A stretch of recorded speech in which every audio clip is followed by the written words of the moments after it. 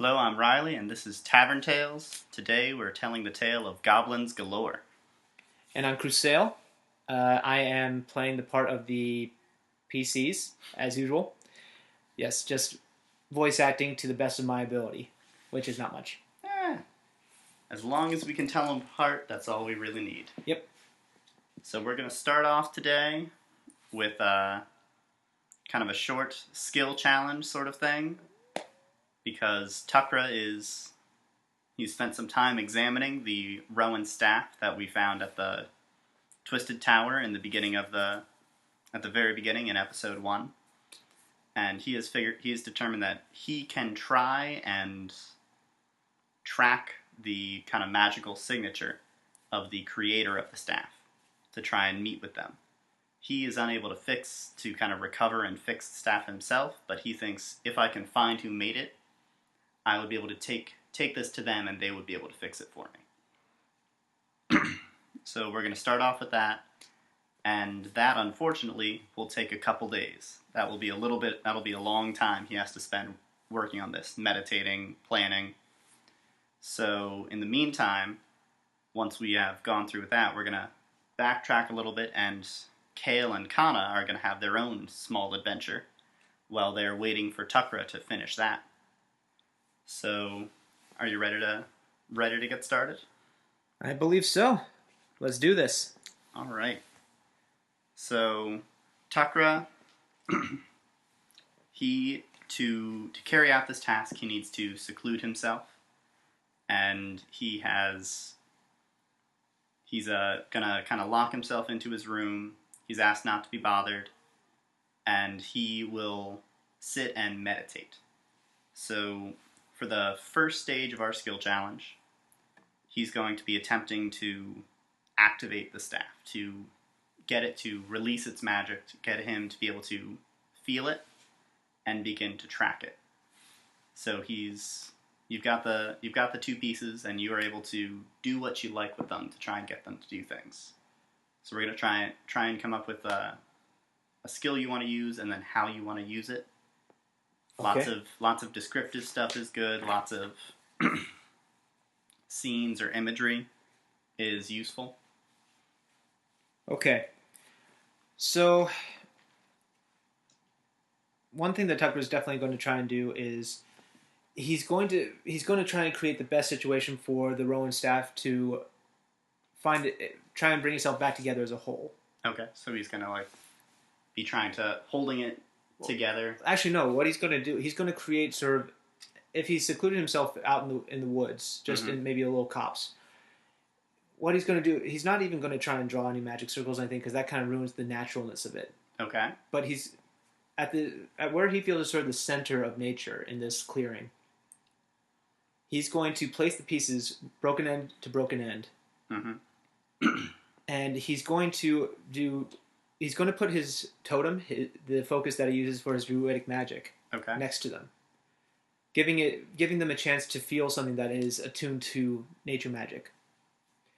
And then he's going to take out his drum, because he carries a drum with him everywhere he goes. He just carries it on top of his knapsack. Okay. And he's going to start playing a low beat. Actually, it's going to mimic sort of the sound of a gazelle or a deer. Okay, so it's going to be like an animal sort of. And he's going to speed it up.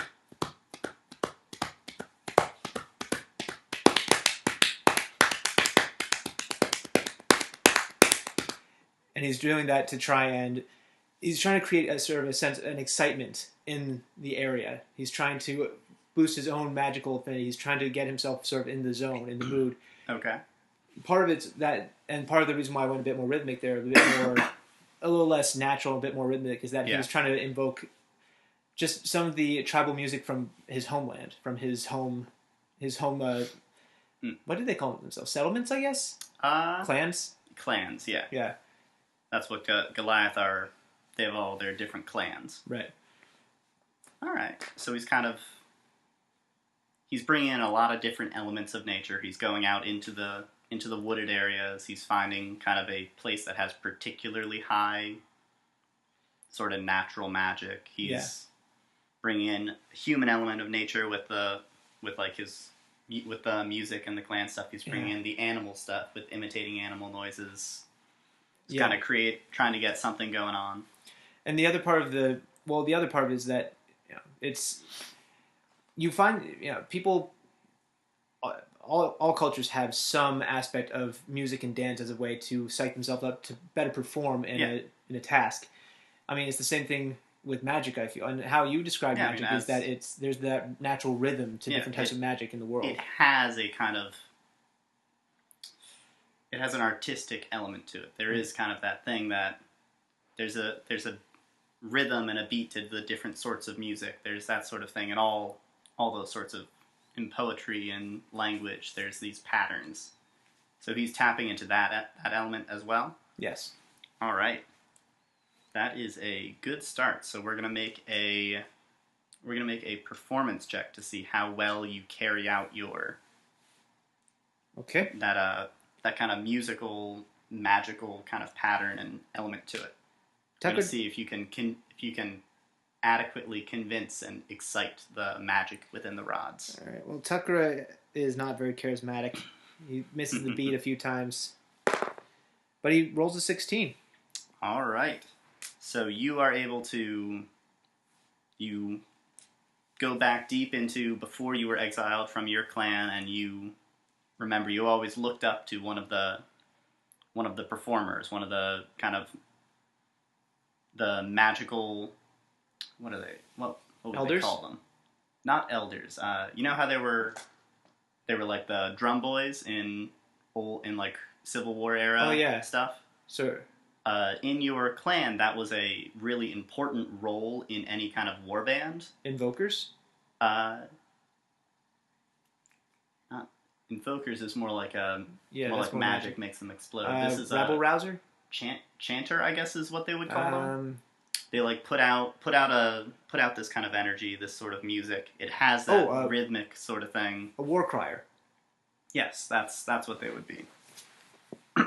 There was one of those, and you always were impressed with them, and you reach back and you are able to perform really well this kind of exciting, inspiring music that he would play for the warriors. And you can see there's always these small black tendrils coming out of the broken portion of the staff, and you can see them. Normally they kind of wave and stretch and try to reach for each other, but they start to move in tune with the music slightly and grow closer and closer and closer and start to touch upon each other. Mm-hmm. And you can feel a magical presence coming out of the staff now. Like exuding out of it, washing out of it. It's very strong. Now you've gotten it to kind of wake up, and now you need to try and figure out where it's going. Because it's here, but it's also not here. It's leaving the material plane somewhere. It's going somewhere. And it's very natural. It feels very much like Fey magic, as Tukra would expect out of this. He needs to try and figure out a way to kind of follow it. How would you like to do that? He's going to try and using I don't know what he would use for this. He's actually going to try and convince the staff to take him along with it. Okay. He recognizes there's more to this than it just being an object imbued with magic. It is alive in its own way. It has its own will, its own desire.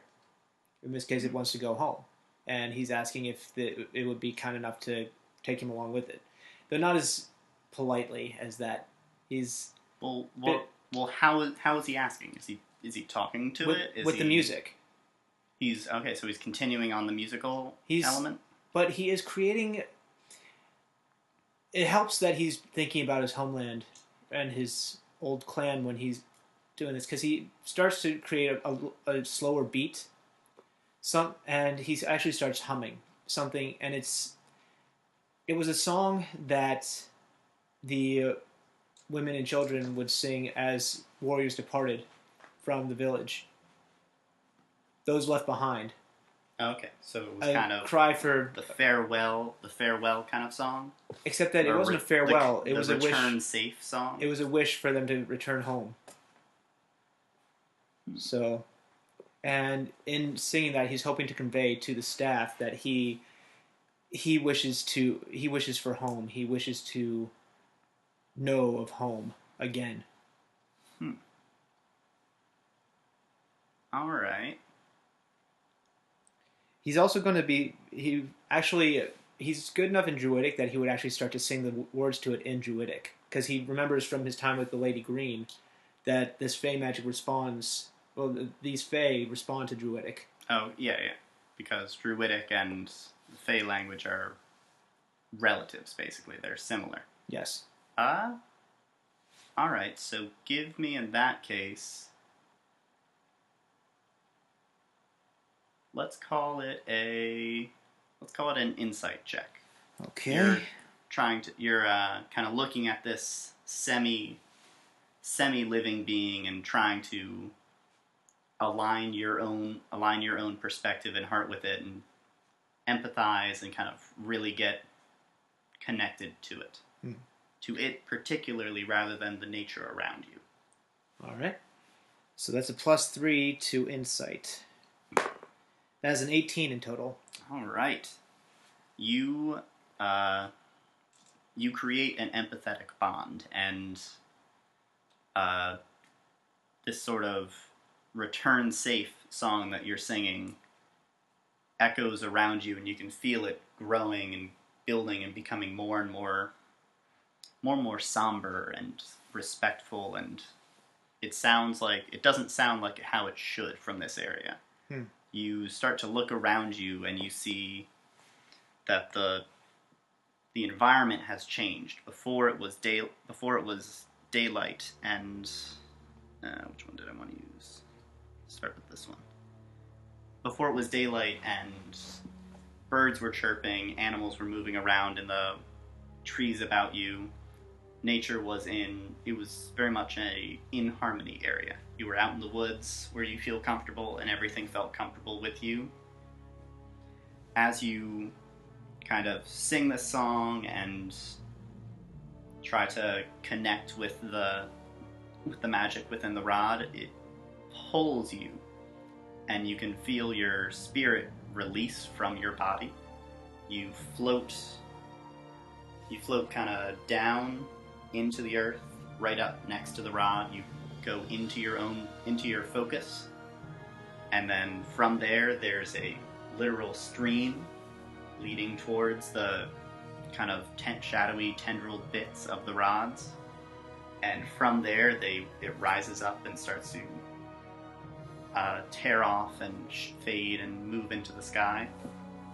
You're being carried along with it. And as you go up and into that stream, you see that the sky darkens and the trees change and twist and untwist and form, and everything is different. You've entered into the Feywild, the kind of ghostly kind of unnatural reflection of the material plane. It's almost like a negative, looking at a photo negative. From that picture you're showing me, it gives that sense. Not quite, but hey, don't switch on me like that. But yeah, this is kind of what the area you come out in looks like. I see. So it's not like a photo negative, but it's actually just... It's nighttime. Yeah. It's dark, and you can see countless stars in the sky. But there is one glaring missing element, and that is that there is no moon. It's just stars. So and I'm thinking Lorwyn versus Shadowmoor. Except not as creepy. Yeah, not quite as creepy, but definitely the same tone as Shadowmoor. Okay. You don't know all the constellations that you know, like you have intimate knowledge of the skies and the constellations. Gone. Totally different. It looks almost alive. Like it looks like the sky is a thing in and of itself, and it's moving and breathing and changing. It's constantly swirling around above you like this. Oh, wow. Where you can see up and into the canopy, or up and through the canopy of the trees. Right. And the copse that you're in is very similar to the one you were in before. It's still, like, there's a tree in the same place as there was a tree before, but it's different and more kind of shadowed and strange. And that sort of trail of magic, the shadowy bits and pieces that are floating off and coming away, lead off down a kind of slightly brightened pathway off and out of the copse. So now you've moved into kind of the second stage of this challenge, where before you were trying to get the magic to happen, find out where it's coming from, or where it's taking you rather. Now you need to follow it. Now you need to get to its source. Okay. So, I guess the best sign Tukra has is that light, so he's going to head towards it. All right. So you head towards the light, and as you're walking, you notice first off a utter lack of animal noise. For you and your understanding of kind of natural balance, there's a symbiotic relationship between animals and plants. Plants live off of the remnants of animals after they've died. Animals live off of plants while they live, that sort of thing. But there's no animals here. You can't feel any, you can't see any. They're all gone. And it's strange. And as you begin to walk down this path, you see trees actually start shifting, closing up the path, and the light starts to dim down further down the path. What would you like to do? Shoot, I didn't actually proclaim what I had prepped today. Well, since it is a skill challenge, it's more about skills. Right. If you have a spell that you really want to do, and you can and you can give me like a skill that could approximate it, I might let you kind of do both at once. Tukra's okay. Yeah. I think what Tukra's going to try and do is he gets I think one thing that he would try and do is understand. I hope that he would understand that the world that the Feywild is reacting to him as a foreign body. So one thing that he could try and do is actually to, maybe as a survival role, maybe he could attempt. Well, of course I say that because it's one of my best skills, but maybe one thing that Tukra would do is actually to try and blend his presence to make himself be, in the eyes of the surrounding environment, more of the wild, more of the Feywild than he. Do you want to kind of try to kind of blend in with the surroundings, sort of match them in terms of aura, not in terms of appearance, because he's not going to be able to fit, and that's not what the trees are responding to. They're probably responding. I don't think that they're responding to his physical appearance unless they can talk and see him. Instead, I would think that they would be responding to his. Kind of his breathing, his footsteps, his the presence sounds he makes. In general. Yeah, his chi or his ki, because I feel like that would be the most foreign thing about him, is that he is obviously not of the Feywild. He is not Fey. He's a Goliath. He's a Goliath. He's a living mortal being of the material plane. I kept on I went with Titan. I went Colossus. No, too big. So you say you want to do that with survival. How do you want to try and do that? How do you want to try and kind of? Well, survival was my first go-to, but I think I would say it would probably be better to go with what you think would be best, because. Well, I'm saying what is he doing to do that? It would be more of a spiritual thing, is the thing. I don't think it would be survival, because it would be more based around his ability to understand the world around him. It's more about him recognizing the energy of the world around him and finding a way to calm his own energy to match it, or to excite his energy to match it. Okay. Depending on, I mean, if he had gone to the Twisted Tower instead of Kayl, and he tried to do something like this, he would probably have to excite his own energy to be able to match the tower, because that was a place of erratic and chaotic magic. Yeah. In a place like the Feywild, I would think that there would be sort of it would have to have its own tune. He would have to try and match the tune of whatever place he was in if he was trying to pull this off and avoid environmental hazards. Because if he can match the rhythm of it, I'm sure that the Feywild is a place of all sorts of different magical songs blending together, because everything that lives in that place is normally of its own whimsy. Everything there usually has its own pattern that it follows in its own life to live, and that's what I think of when I think of the Fey. There is a little bit of that. In this universe, the Fey, though, I thought we talked about this at some point. I might have just kind of skimmed over it. The Fey are really a balancing force. They're all about the natural balance, and the kind of how Tukra is also, as a druid, he's very much about balance. He's about the balance of nature, life and death, kind of the cycle.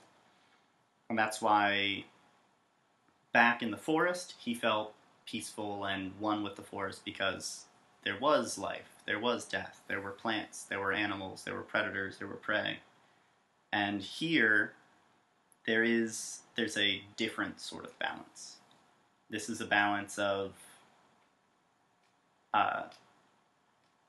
sameness and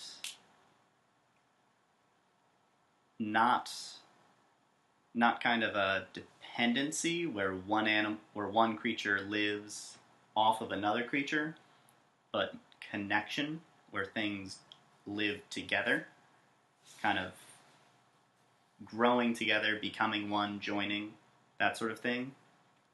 He can feel that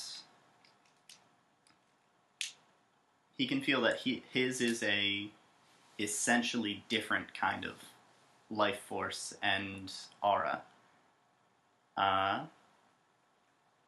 So what could we? That is a good idea. I like that idea of trying to kind of join up and make himself more in line with it. Give me a perception roll. Okay, perception is actually another skill he trained in. So he's at +5. That is a 17. All right. He is able to kind of hone his senses in and look closely at as you said, the aura and the style of life around him, all the trees and shrubs and plants and vines, and he can attempt to kind of calm his energy, dampen down his life and his spirit to match more the slow kind of gradual life that exists here with all the plants.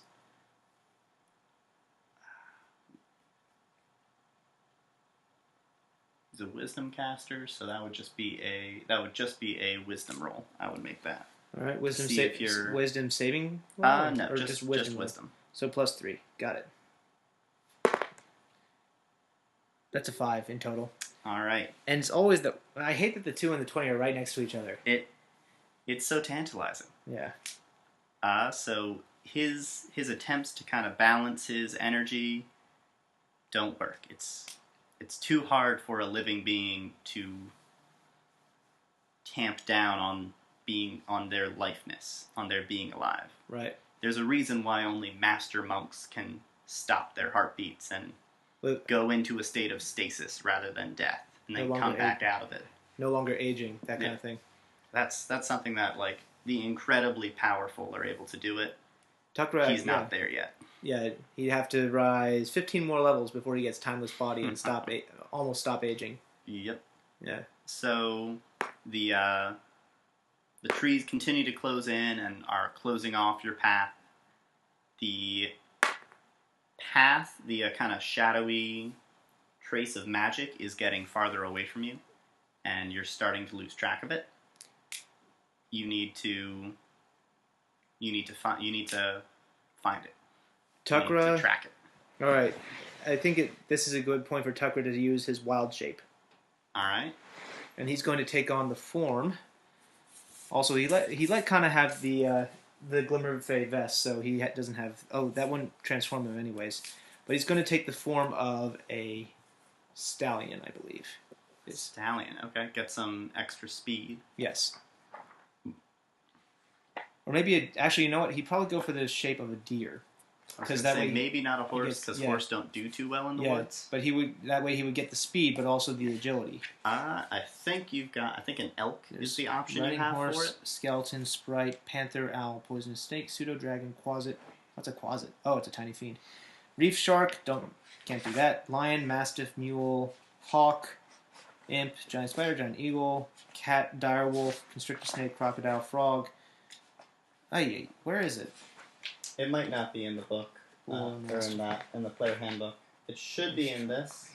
Starting at second level, you can use your wild shape to transform into a beast with a challenge rating as high as 1.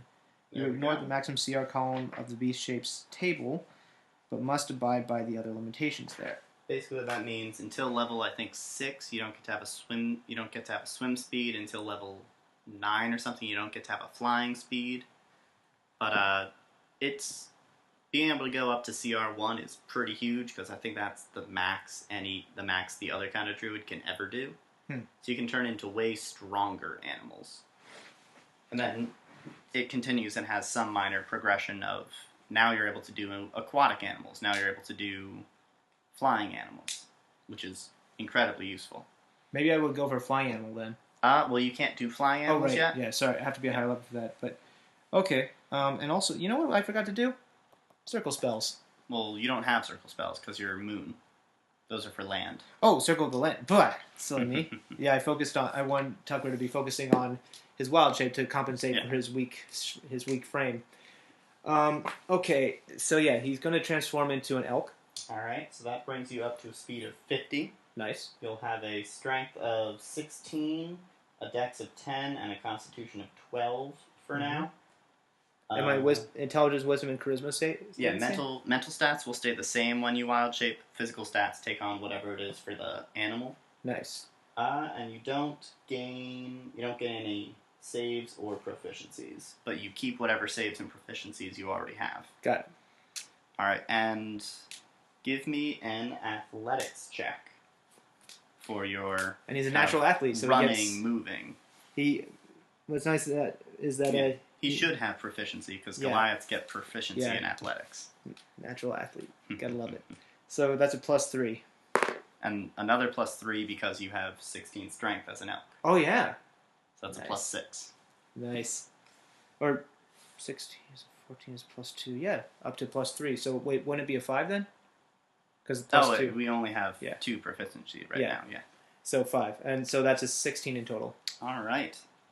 With your strong elk legs, you are able to move forwards and kind of dash up and through, skipping around trees as they try and get in your way, and hopping over bushes as they scuttle out into the or kind of interfering with you.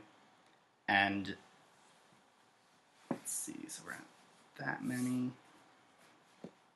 You catch up to that flow of magical energy that came out of the staff, and it leads you to a large, don't adjust the size of the picture, into a large clearing area. It is slightly wooded. There is where'd it go? There it is. There's a pond here. Trees are more sparse. The energy continues to move forwards, but up ahead of you, you can see a large tree starting to break up out of the canopy. It goes high up, so far that you can see clouds above it, or clouds gather around the trunk of it. Okay. And kind of, you're looking up at it like this. It's daytime in that picture for it, but I'm imagining it's night. It's a huge tree. Still has that starry sky. The kind of energy wafts forwards and goes right up to this tree and then pools around the base of it. We're now up to the third point, and Tukra realizes that this tree must be a representation of the rowan staff? The Fae who actually made this staff. Huh. So all of the trees that you've seen, all of the bushes and things like that, are a representation of the Fae that are in the material plane. And that's kind of their shape they take here is a reflection of their strength, their ability, their connection to the life and death balance of the world. Okay. So this is a really, really, really strong creature. And now you need to contact it. You need to make a connection with it. Get its attention somehow. Okay. Tukra would be pretty versed in the druidic ethics, right? What are you thinking of when you say druidic ethics? Rituals to show reverence towards sacred sites, sacred nature sites.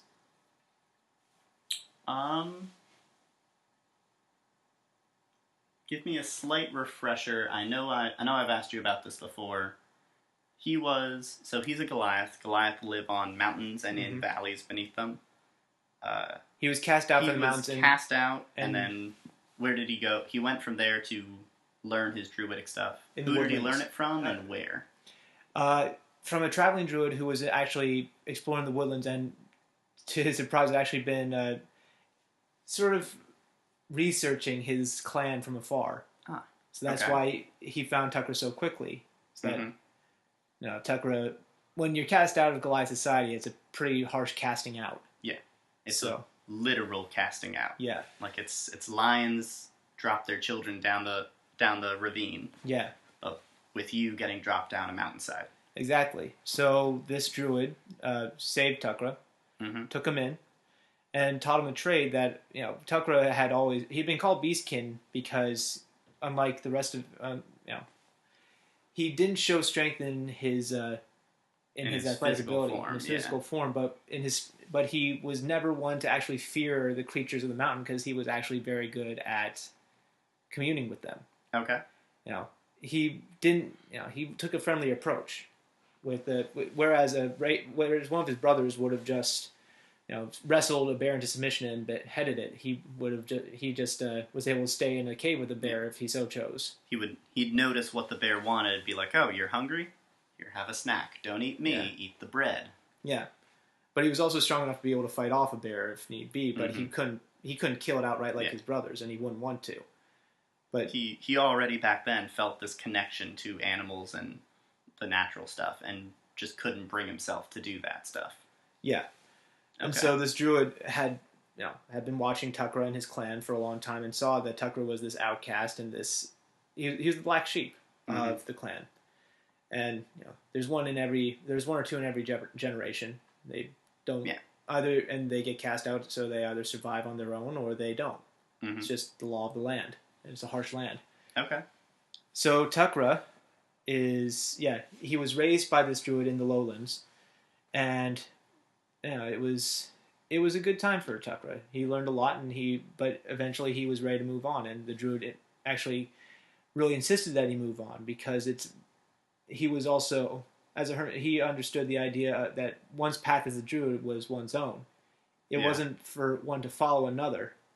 Okay. Druids take counsel with one another to discuss abnormalities in the land, but they don't rule over one another. There's no great and all-powerful druid who rules over all the others. There's no druid king. There's not even a druid brotherhood. There's just kind of the community. Yeah. You live in the same area as another druid, and you may say, "Hey, I noticed I think there's a famine coming. Did you notice it too?" But you don't go and help them with their crops because of that. Yeah. It's just sharing of information and that sort of thing. Okay. Yeah. And would you say that this druid that taught you and Tukra himself were more focused on the animal side or the plant side of nature? It seems from the beastkin and all that I would say Tukra is more animal focused. And that's actually where he and his teacher had issues, is that his teacher was more plant? He understood both the circles, but he was of the circle of the sun. Oh, okay. So he was all about horticultural magic. All right. From that I would say yes, Tukra is pretty well versed in kind of some of the sort of the sacred ceremonies for visiting certain locations, like the big druidic kind of hot spots. Okay. You would be able to make a nature roll to try and carry out one of these. You could choose either kind of an entrance ceremony, something that you do when you enter into a kind of sacred spot, or you could do a... See, then that matches up perfectly because Tukra never took to that kind of thing. He went through the motions, but he knows it. He can do it. His nature, but he's not great at it. His nature modifier is 0. He has 0 intelligence booster. Druid who doesn't have any nature skill. It's brilliant. I love it. Well, he's perceptive. He's just not that smart. Yeah. So do you want to do something like when you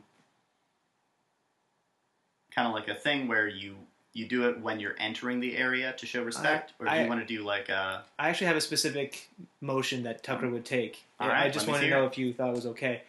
Tukra's going to resume his Goliath form. Okay. Or reassume his Goliath form, not resume. And he's going to go up to the tree. From the picture you showed, it looks like it's surrounded by sort of a pool of water. Yes, there is. There's kind of like a...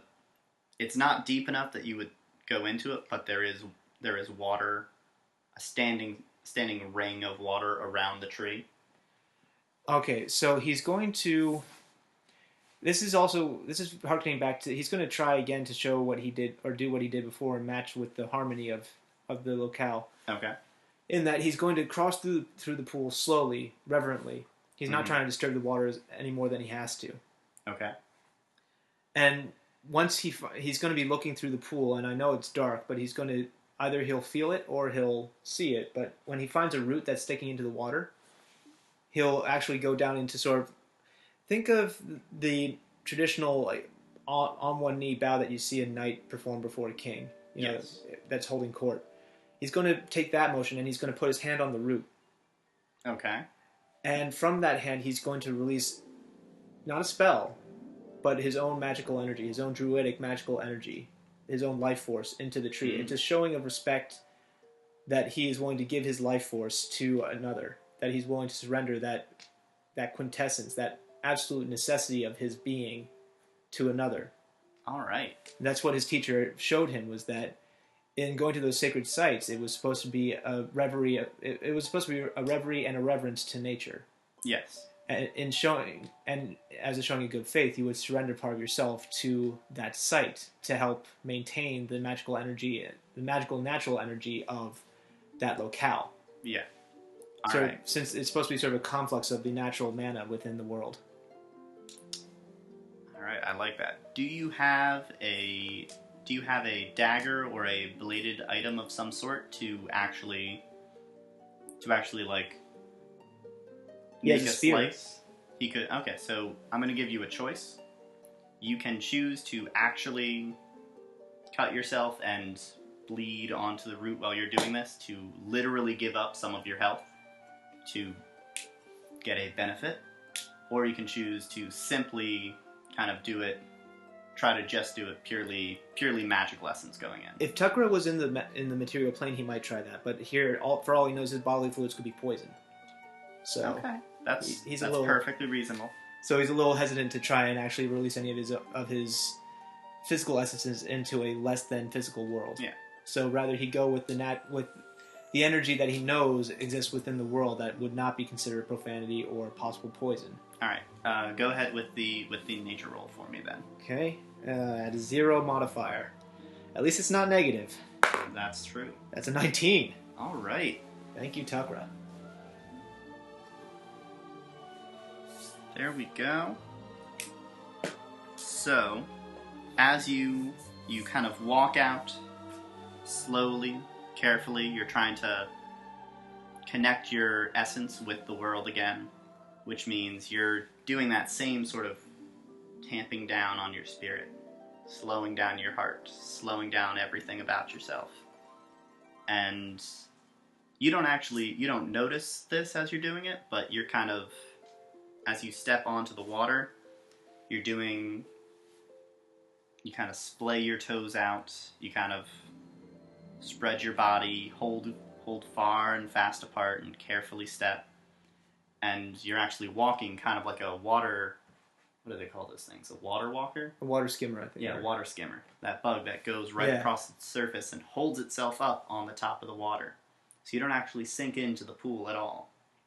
You move forwards and bend down, touching the root, and you try and release your own magic right into it and let it flow gently into the tree.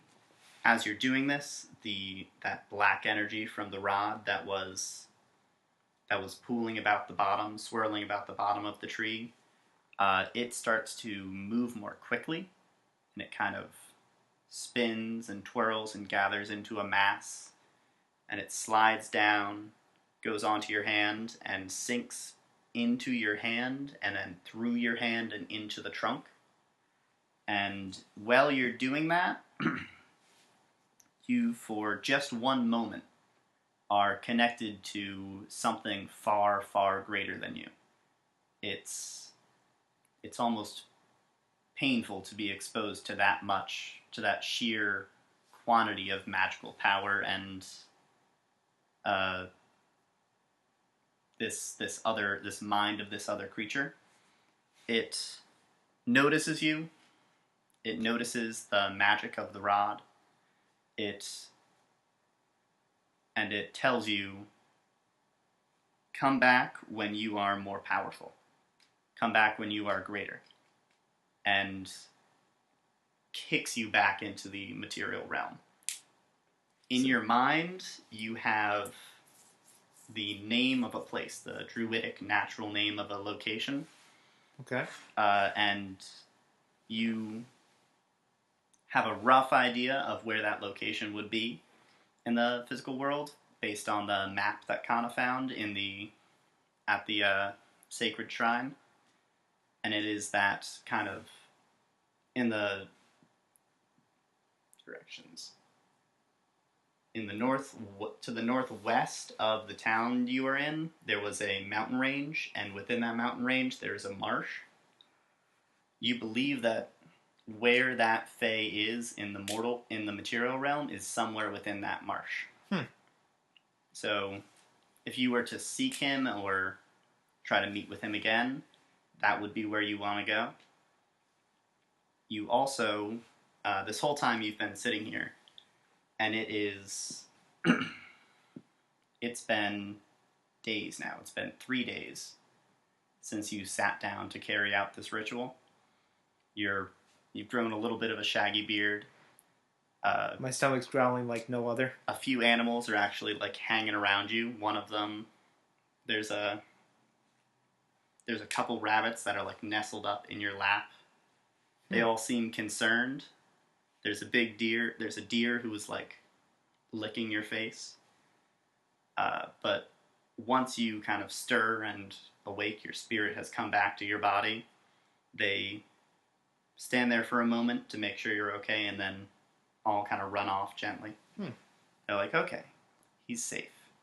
When you turn around, there's a bear and a wolf waiting there. They're kind of in a standoff right behind you, right above your body. And they kind of begrudgingly walk away. They saw a free meal. Yeah, but then all the other wildlife convinced them not to eat you. And on your lap, the staff has changed somewhat.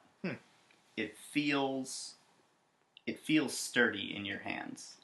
And when you pick it up, when you hold it, it doesn't come apart into the two pieces. Hmm. It's not fixed. It's still clearly and obviously broken in the center. But where before there were those shadowy tendrils coming out to kind of try and reach together, there's now, it's almost like a black film that goes over the broken part. And you think that you could, if you wanted to, take it apart, continue to use it as two clubs, sort of, or you could leave it together and it would function as a focus or as a quarterstaff. Tucker's going to try something quickly. He's a little curious as to the properties. He's actually going to unbind the spearhead from his spear, and he's going to try and touch it to the staff and see what happens. He's going to put it on the staff. How big is this spearhead? Because about the size of my hand, so maybe it's about maybe 6 inches long. Okay. And 3 inches wide, and it's shaped. It's leaf shaped. He actually. Okay. It's got that. It's that kind of like sort of smooth sort of spearhead. Yeah. Almost where it could be used for slicing. If. Mm-hmm. What is it made out of? Is it something special from his teacher? Is it something he made himself, or is it something he simply found or bought? It's crafted from. It's a very rough spearhead. He did his best with it, but it's created from the stone from his home mountain. Oh, okay. From his home mountain? It actually used to be a dagger, and then when he found that he preferred a spear under the tutelage of his teacher, he decided to just break apart the dagger and sort of convert it. All right, give me a straight D20. Okay. There it is. Right there. That's a 7. All right. You put it on, and similar to how there were those kind of shadowy tendrils at the center, and they were trying to reach together. At the top, there is a top and a bottom. At the top, there is a small kind of sprout that comes out of it, and it attempts to coil around the spearhead, but it is unable to. It seems like there's having just been in the Feywild where there was all that kind of perfect balance so perfect that you being there alone was difficult, and you were as a balanced creature, as a creature who himself cares about it, we're destroying that balance. It seems like there's a mismatch. The stone of your spearhead seems like it will not be able to bind to it. But if you could find something that was an appropriate material, it seems like you would be able to bind that onto the top. Probably not cold steel or cold iron. I'm gonna say no on that one. Yeah, probably not. That'd be a bit of an imbalance. All right. Well, Tucker's just going to shrug, and he's going to retie the spearhead to its original shaft, and so he'll. He doesn't really have a harness, but he does have a place to put his. He does have a way to sling his spear to his back. So, he's going to actually put his totem away, and he'll hold the. He'll actually take up the rowan staff as his new. Yeah, that would work as his new totem. I just get this idea of him putting 2 spear ends on each side, and then he can break it apart and make it into 2 short spears. That would be pretty sweet. Well, I'll have to. I don't know where you can find it yet, but there is a material that will make that work. I'll have to figure out where that's going to be. All right. So in the span of 3 days, we managed to do. Or in the span of 1 hour, we managed to cover 3 days. Yeah. And for your information, Tucker knows this because he's basically been attuned to that staff for 3 days now. It is now considered while Tukra wields it, and only while Tukra wields it, it is considered under the effects of the spell Shillelagh. Sure. So I've heard of that spell, but I don't know what it does. It's a druid cantrip. It's a bonus action to cast, and it takes a wooden weapon, a wooden object, and turns it into a 1d8 damage die, and you add your wisdom modifier to your attack and damage with it. I like it. Yeah. All right. As long as he's using it, it's as the quarterstaff, it's under the effects of that spell. And you're able to, you can break it back into just the two clubs. You can use I think I decided it was going to be a bonus action to move it from one form, from the two clubs into the quarterstaff. Okay. So you can go back and forth between those. Well, it is the two clubs, however, it is not under the effects of Shillelagh. Right. It's only as the quarterstaff that it's under those effects. All right. I gotta say, I thought Kayl would be my favorite character going forward. It's slowly becoming Tukra. I love Tukra. He's just, I think it's because we do a lot of character stuff and background building with him, but he's just, I like him. Yeah, me too. All right, so that is hopefully you're all enjoying him too. I also now have. No, that can wait. I'll ask about that later. Fae Secret Lantern, the Cold Iron Shackles stayed with Tukra. Good thing only a spirit went into the realm. Otherwise, those Iron Shackles might have been. I assumed you left that stuff. You left the Cold Iron stuff and the Fae stuff in his room, because that did not seem like a. Yeah. He would know that's not a good idea to take with on a ritual on a Fae object. Yeah, probably not. Yeah. So that's what happened to those. And Galore doesn't have much going for him right now in terms of the new equipment. Obviously he'll be traveling back to the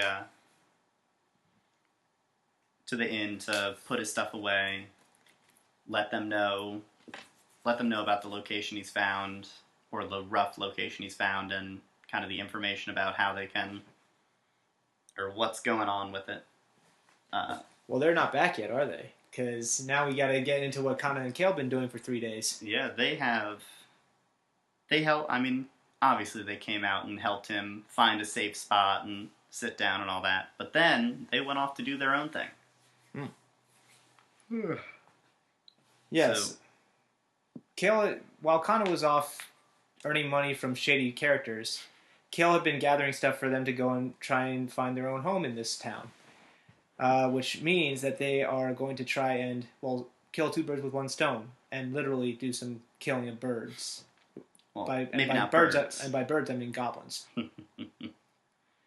Yep. So, Kaana had heard from the mayor, from Jorius, that a few years ago, there had been another family that had a farm at the area, and they had unfortunately been overrun by goblins. And not all of them had managed to escape from the farm when they went there, but the daughter actually married into Old Gene's family. Old Gene! I love Old Gene. He's still a nice guy. He's going strong. He's got at least another 5 years in him. Considering that he's 80, that's pretty impressive. Yeah. And I mean, considering that there's not much to help people around here. But she has offered, she thought the farm would be just gone. They would never get it back, because there was a group of people that tried to go take it back after it happened, the kind of Night's Watch folk, and they were unable to defeat the goblins that were there. They couldn't drive them out. So she'd just given it up for gone.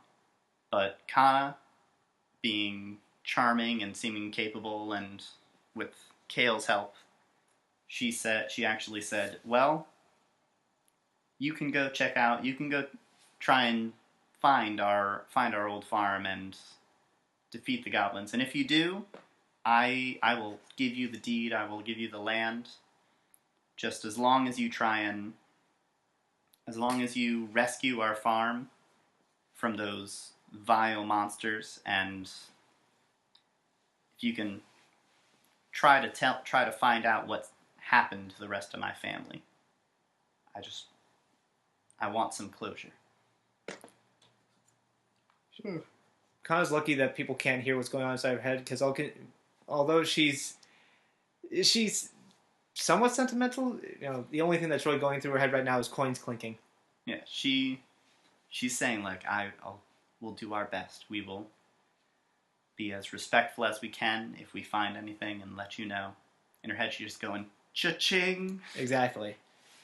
But no, also, having lost her own family, There's some sympathy there. She knows the feeling. Yeah, there's some sympathy, and also she's no stranger to that frustration and hatred you can feel towards something that took away your home and your livelihood.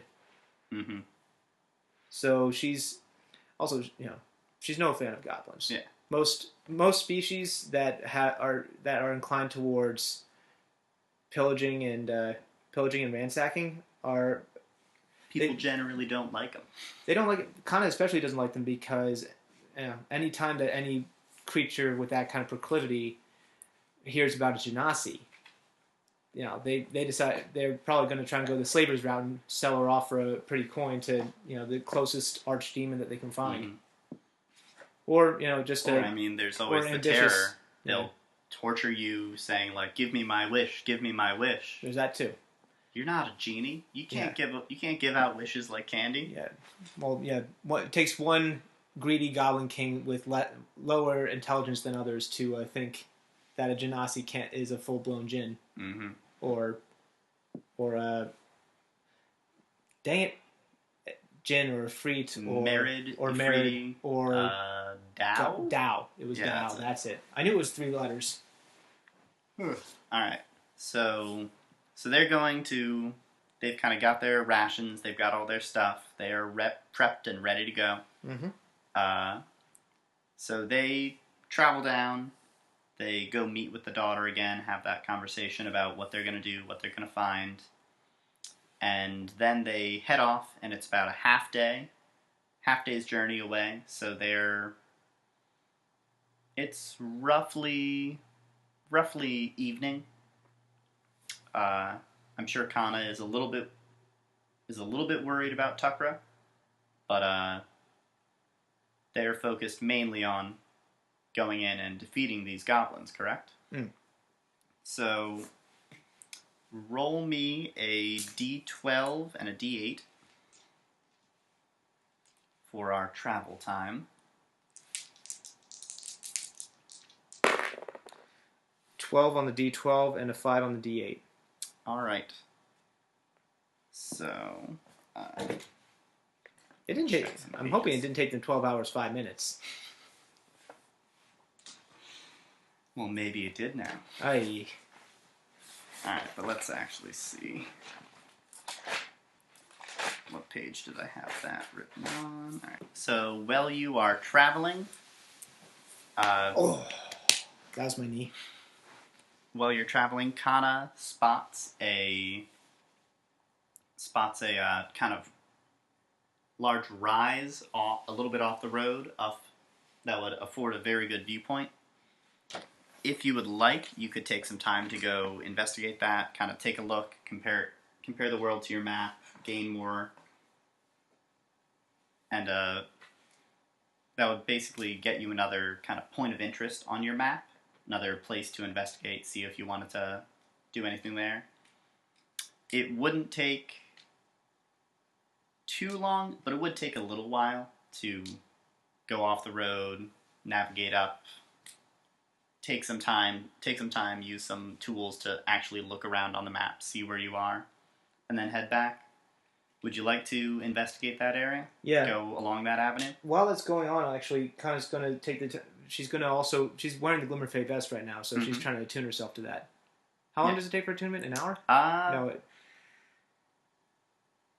Something, I want to say 15 minutes, maybe. Okay. But I think it's basically just like a short rest is long enough to attune to it. Okay. So if she's been she's had more than a day to attune to it, so she's definitely with it.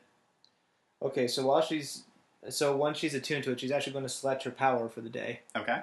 And that is going to be Thick Hide. Okay, so she's taking the extra AC? Yeah. All right. I'm guessing there's not going to be as many sniping vantage points in an open farm field. So fighting not that many. Yeah, so fighting against these goblins would probably be a little bit trickier if she doesn't have a bit more AC. All right. So you're taking some time to go check the go up to the top of this kind of bluff. Mm-hmm. You're looking about how long do you want to spend looking? Do you want to be like a quick look around, like, oh, this is a pretty view, or do you want to really nail down and examine the area? Kaana would definitely examine the area. Kayl would try and help, but probably would do the first thing, where he's just sort of taking in the surroundings. His mind isn't wired the same way as Kaana's, in that she will be looking for vantage points from which to be able to snipe at targets, places to back off and hide, stuff like that. She's trying to get a good grasp of exactly how she can best manipulate the land to her advantage in a fight, because she's not. Even if she was more amicable towards goblins, she wouldn't think that they were going to get out of this without just wiping them out. Mm-hmm. She's not in the mentality of negotiating with goblins. Okay.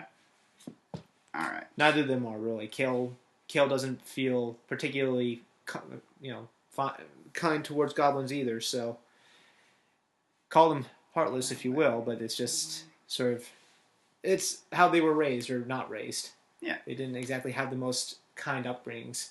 It's the things they lacked while they were being brought up that leads to these sorts of things. Yeah.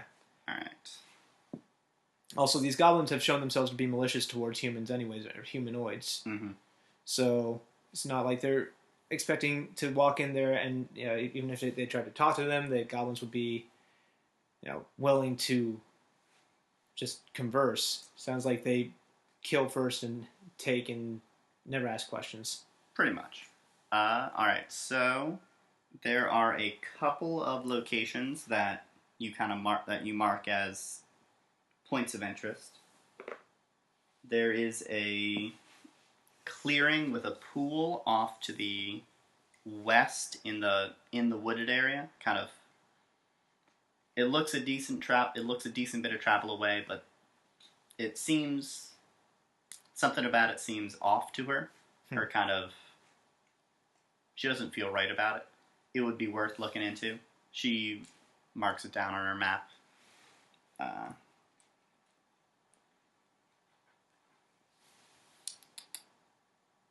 About that.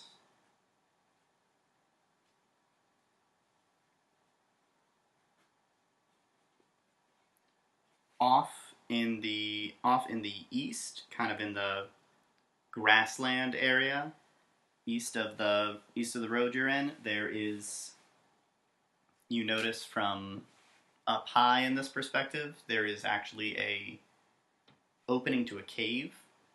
Again, it's a decent ways away, but from your vantage point, it surprises you. You couldn't see it at all from the road, but from here, you can see it actually pretty decently. And then down the road, you can actually see the farm. You see that there's one large main building. There's a fairly large farm, like kind of grassy area in front of it. Something is collapsed across the road in front of it, and there are a couple other smaller buildings. One of them looks like it's actually currently on fire. You see smoke rising up. There be anything else important that you would see from that? Could you make me a perception check for that? Should I do one for Kaana and one for Kayl? You know what? Yeah, because I'm sure Kaana would point it out and say, "Hey, Kayl, look at that. Can you see anything?" Okay. So Kaana's at a +1 on perception. She rolled a nat 1. Oh. All right. And Kayl, swooping in for the assist with a +2, rolls another 1. Wow. This is why they need Tukra. Both of them are a little oblivious. Jeez. So I guess never mind. They don't notice the farm down the road. But so Kaana has marched down those 2 areas of interest. She'll have to. There are places you can look into later. You can ask around town about them if anyone knows anything about it. And now you've kind of taken your vantage, taken your look around, and you head back down towards the road. I'd like you to make another perception check for me. All right, Kaana. That was not my roll. Though it was a 16, that would have been nice. That's an 8. Oh, I thought it was a 1 again. No, 1 side away from a 1. I should have taken the 16. Ooh. The 16 was on purpose. No, it wasn't. Should Kayl also roll? Yes, Kayl can also roll. Kayl rolls he rolls an 18. An 18? Alright. So... I swear, she's the most oblivious assassin I've ever had. It's amazing. It's so nice. Oh god, I didn't even notice that. Well, that's gonna be tough. That is tough right there. Okay. I do not like the sound of this. Alright, let's see. What are your ACs? Well, what does Kaana get for the... She gets so it's standard. It's standard leather armor. Oh no, but for with thick hide. Thick hide, she just gets +1 to AC. So she's got a 15, and Kayl's got an 18. Yeah, so it would be 12 plus her dex for Kaana, and then Kayl's got 18. You said. Mm-hmm. All right. He's in chainmail. He's hoping to upgrade to plate at some point because plate. He just thinks that plate looks badass, or maybe half plate. Still gotta go for the gladiatorial look every once in a while. So you hear the weak twang of a bow. There's twang, twang, twang. 3 shots. They come flying in from around the road towards you, and all of them terribly miss by like. At first, Kayl sees the first shot and is like, "Oh, is somebody shooting a rabbit over there or something?" And then the second and third shot come a little closer, and he realizes there's someone shooting at us. The hell is this? Who's doing this? Kayl puts up his shield and kind of would take that as a sign of aggression. Oh, absolutely. You guys are now in combat, so roll initiative for me. Okay. Well, here, hoping that Kaana's +3 to dex will actually help her here, because apparently she can't see anything. She rolled a 12. It was almost a 19, but no, it had to roll one more. I'm getting salty here. And at a -1 for Kayl, he rolled a 1. Wow. 1 total? No, a 1. He's at 0. Oh, he's at 0. Jeez, Pete's. Alright, so Kaana is a 12.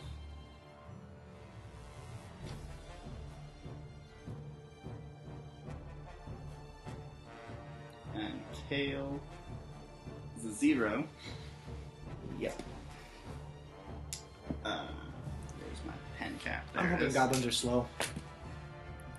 So we've got 3 goblins here. Oh, they're so tiny. They are quite short. Unfortunately, I don't have a map for this random encounter made, but we can use this. We can use this portion over here. Okay. So this will be the road area over here. You guys are going to be off in this area here. Okay. These are trees, roughly. So they are standing in a group like this, nice and together. We've got Goblin Bob over here, Goblin George over there, and Goblin Fred over here. And Goblin Bob in the back picks up his bow and takes another shot. What happened to Hydra Bob and Aim Bob? Who?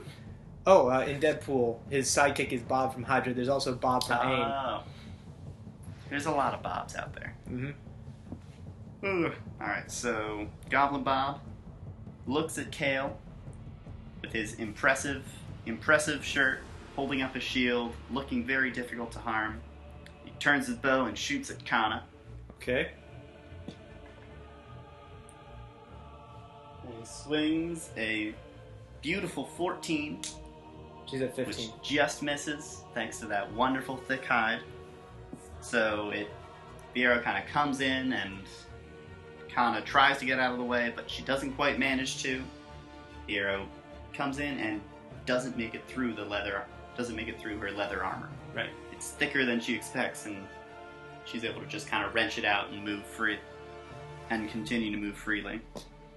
After the shot fails to land, the goblin hides and cowers behind his friends, and it is now Kaana's turn. Alright, Kaana's going to return the favor and try and shoot Goblin Bob with her short bow. Alright.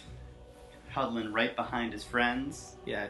This is also, she's trying to put this into an intimidation factor, saying, you think that you can hide from me? You can't hide from me. Alright, so I'm going to give you disadvantage on this attack roll, but if you miss, treat it as if it's advantage to hit Goblin Fred. Got it. That's a 15 or an 18. So 15 right. plus, with the short bow, it's 15 plus 5, so that's a 20. So you manage to hit Bob. It slides right, your arrow kind of twangs right through a gap.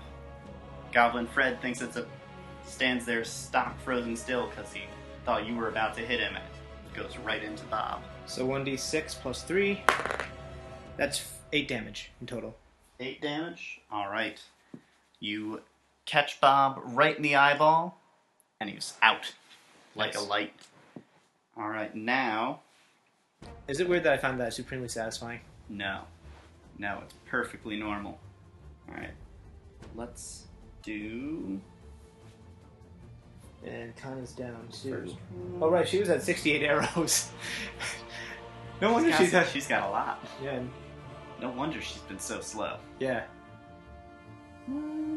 Maybe we'll make this easy. She needs a bag of holding. Alright. So... Or a quiver of holding, something like that. I don't know. Despite the terror of having his friend hit and shot and die right off the bat, Goblin Fred now readies his bow and takes another shot. Okay. And he fires at Kaana. He strikes and hits her, dealing a massive 3 damage. Is that right? Yeah, that's right. 3 damage to her. His arrow goes forwards. Kaana was actually going to get out of the way, but it bounces off a limb and redirects in a way she didn't expect. Catches her right in the wing, and she's bleeding slightly. All right. Now our goblin moves and tries to hide as best he can. All right, give me a...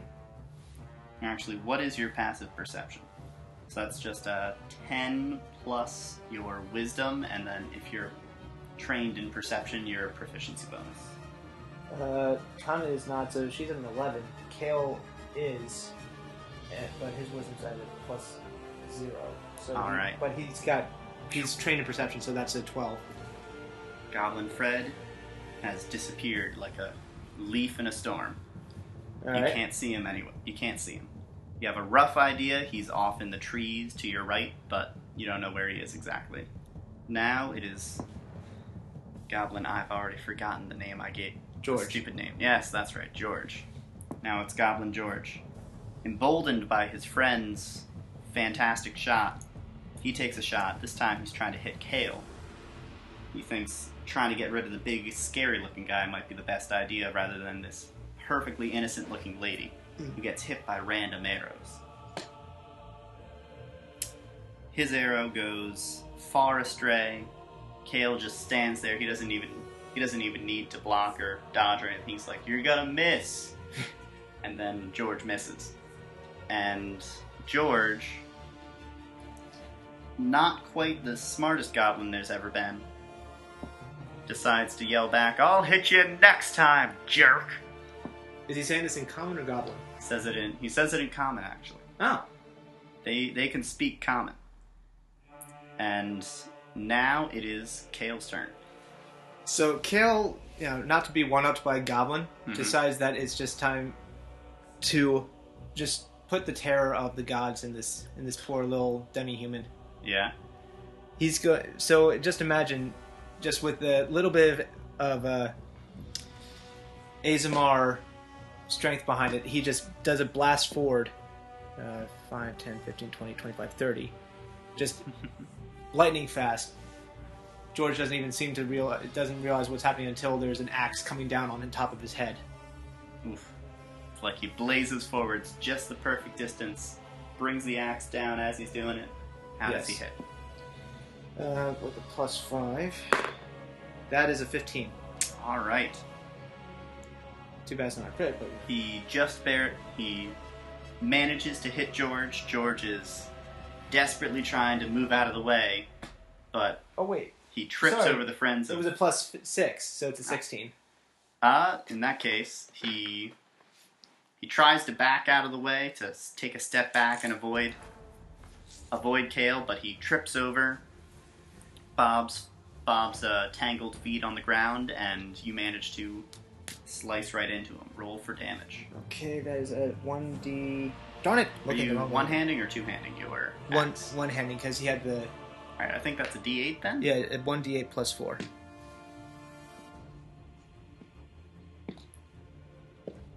Big damage. Come on, Kayl. Big damage. That is a 2 +4 is 6. Alright. He is very badly hurt. And he's almost basically at your mercy. Right. It is back to the top of the order, which means now it is Kaana's time to go. Okay. Kaana's going to try and do a perception roll to get a bead on Goblin Fred. Mm-hmm.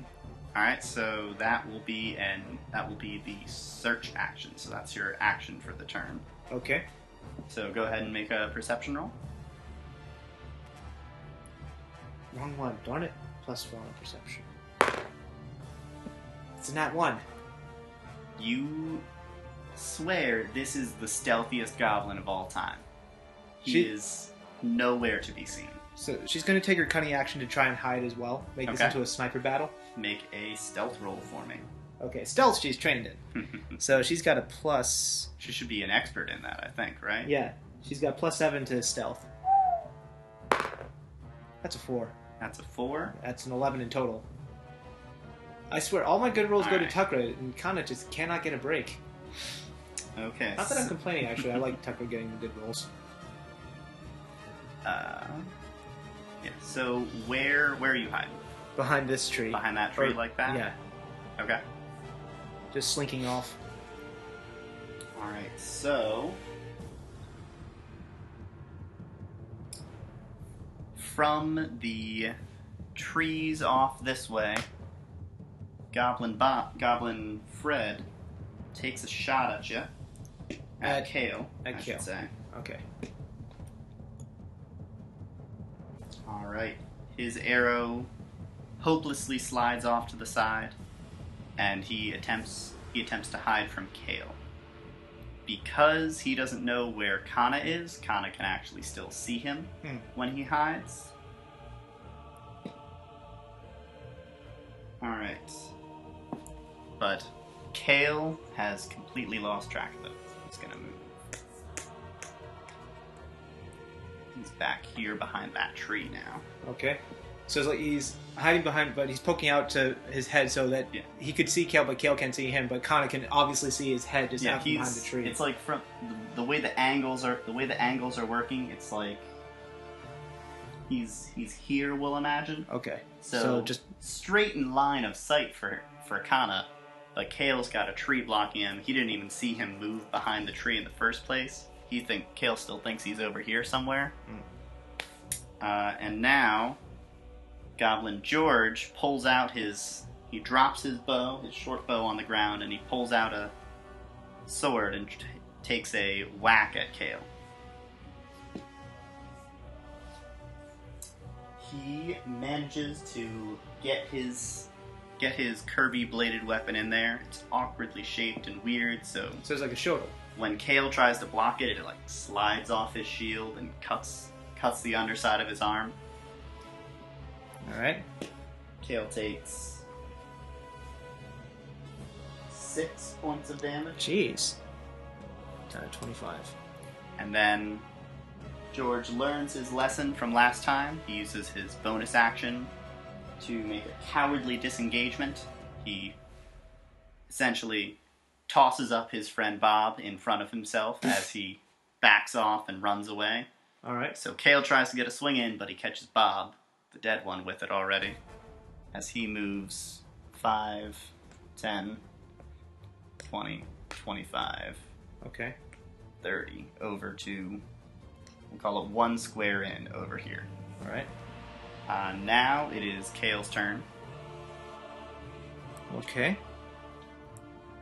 Let's see here. So Kayl's not giving up the pursuit on this guy. He just got cut by a goblin. Got hurt. He's like, I didn't expect to get hurt by this goblin. 5, 10, 15, 20, 25, 30. Yep, right in range. Alright, and it's another axe swing. I forgot also, now that he's level 3, I get improved critical. Oh yeah, that's right. I was kind of hoping that would be sort of, butterfly effect. Oh, of course. So that is a 10.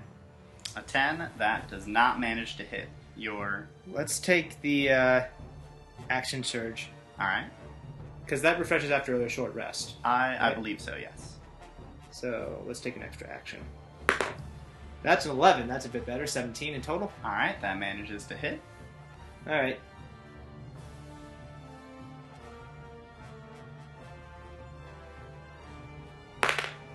That is 4 plus 4. Alright. He is down and out. You chopped him, you hit him so hard, you his armor completely comes in half and the upper part falls off his body. He falls down to the ground and squirms. You hear his death rattle for a moment and the light goes out from his eyes. We head up to the top of the order and it is Kaana's turn. Kaana's going to take a sniping shot on the goblin who still doesn't have any idea where she is. So that's a sneak attack. You have advantage on that attack. Sneak attack. May I get it? I'll just roll this d20 twice. Don't you have a second one? I thought you had another one over there. No, I only had the 2. No. Oh, thank you. There you go. I'll take the 20. The crit miss or the crit hit? Would be nice if both. Oh no, that's a 2. Yeah. Never mind. It was a 2, but yeah. Man, it looked... Alright, so that is a critical hit. So, double all your dice. So that means double your sneak attack dice, double your bow. So short bow deals 1d6 times 2. But I don't double the mod, right? The damage mod? Not the damage modifier, no. Oh, there it is. That should be 2d6, and I think level 3 you get 2d6 for sneak attack? Yeah. Alright, so you should be rolling 40. Hold on a second. Is that right? Is that level 2 that gets you that? I thought maybe you had just 1. That's the right one. Here we go. Sneak attack dice at 3rd level is 2d6. Alright, so you should be rolling 6d6 for this attack. Jeez. It feels good to crit as a rogue. That's 10 damage plus 7 damage, 17 plus 2 more. Plus 6 is 23 damage. Alright. You fire just like the perfect shot. It goes straight for the goblin. He's keeping his eyes on Kayl. Doesn't even notice it. Goes right in his ear. Pins him up against the tree, and he's instantly dead. Well, that's the arrow I'm not getting back for this. That is the end of that encounter. Alright. Glorious goblin slaying has initiated. There we go. Alright, so, yeah, and Kaana's going to take the time. They're going to take a short rest. Kayl's going to try and get back his action surge, and Kaana's going to collect that arrow from Goblin Bob. Okay. That's going to be a little bit of extra time. You also, because they had arrows, you pick up another 15 arrows amongst them. So 67 plus 15, that comes up to 82. Yeah. She's going to have to start just having a stock back at the inn. I'm going to say don't worry too much about keeping track of how many arrows you got for a while. Okay. But, yeah. You could start keeping them. You could start doing stuff with them. Alright. Is dual shot... That's an actual skill, right? Or do you have to... Is that a feat? It's not a feat. I think it's a ranger skill. I think it's like ranger level... Like a level 9 feature or something like that. Something like that. Alright.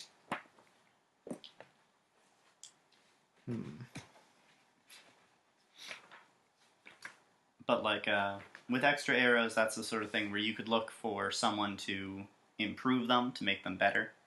You could look to make poisons or things, gathering natural ingredients and improve them that way, or you could look to infuse them with certain things if you find dwarves or craftsmen who can do that sort of thing. True.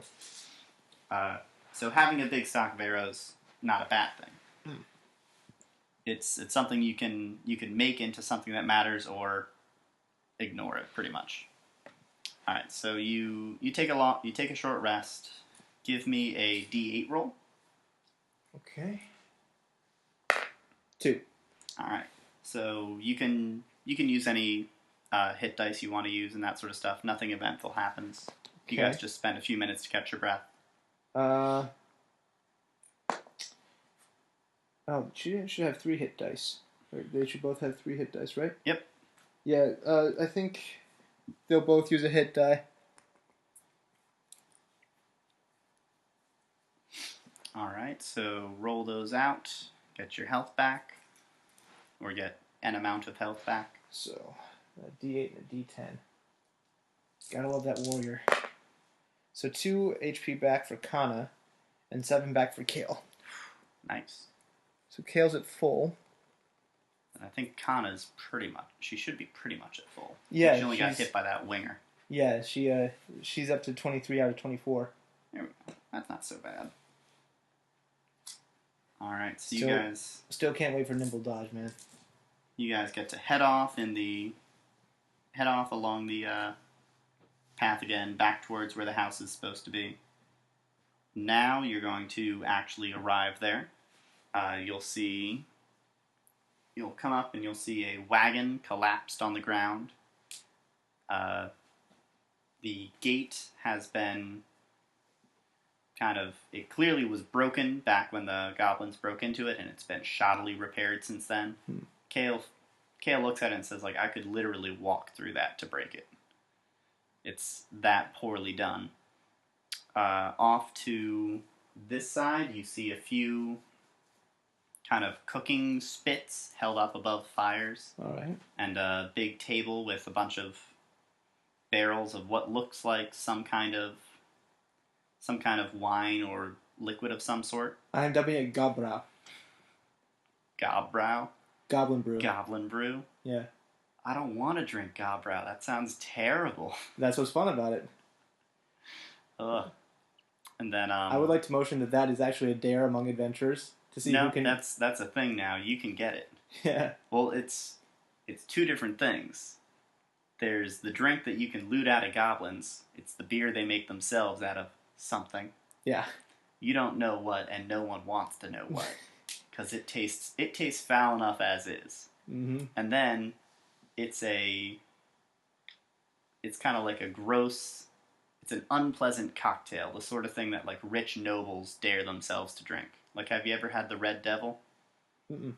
It's a double shot. It's 1 shot of hot sauce, 1 shot of vodka, put together. You float I think it's the hot sauce on top of the vodka, but it might be the hot sauce beneath it. So you got to do it all in 1 shot. Oh, it's terrible. You know, I think it would be worse than that.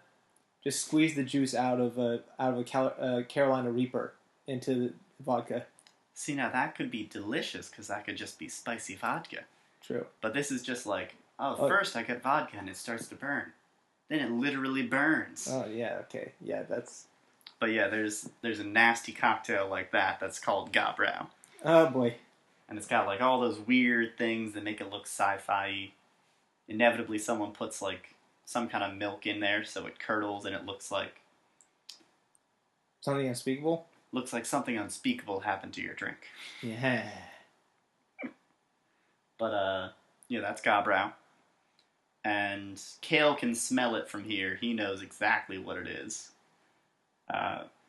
Old gladiators off hours duel. See who can down the most Galore without vomiting. That was whenever nobles came to pay him a visit, pay the gladiators a visit, because young stupid noble kids thought they were the coolest. They would always buy them these terrible drinks. Yeah. And off to this side, you see kind of these circles are sort of big nests. Not nests exactly. Big kind of burrows, sleeping areas made out of the hay and wheat that used to grow there. So yeah, almost like a nest. Yeah, kind of like a. What would you call that? What I'm envisioning in my mind is sort of like a natural. You know those pillows dogs like? Those, big pillows. Something like that, but made out of like grass and wheat and corn and that sort of stuff. Made out of hay, basically. So you see a couple of those. Alright. You can't quite see what's inside of them. They're raised like the edges are raised slightly. You can hear the sound of some sort of sleeping animal coming from over there. And up ahead is a big house, not as large as the Green Manor, not as large as Old John's house. It looks like it's one story, but it's fairly big compared to the other houses in town. All right. Off to the side here, you see a house that is currently two smaller houses. One is currently on fire. The other is a burnt-out wreck. The roof is, by some divine providence, that's been erased. So now the roof is missing. And it's kind of just completely charred and broken down. Absolutely nothing is left of it other than like the tattered frames. So, would you like to head into the house, investigate the dog area, or check out the cart? I'm going to check out the cart. All right. And actually, I'm going to have Kayl go in first because he actually has perception. Apparently. Well, in this case, you're actually going to give me an investigation roll. I don't think either of them have investigation. No, but Kaana is apparently a little bit smarter. All right. So Kayl's at a +1. I mean, that's pretty good. That's a 4. That's a 4? They're just not that... They really need Tukra to keep them alive, don't they? He is their like, parental figure. He's their father figure. He's important. All right. As far as Kayl can tell, this wagon's been picked clean.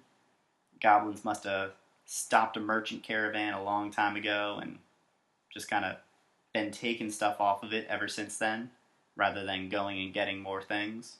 All right. It looks a little old, not too old.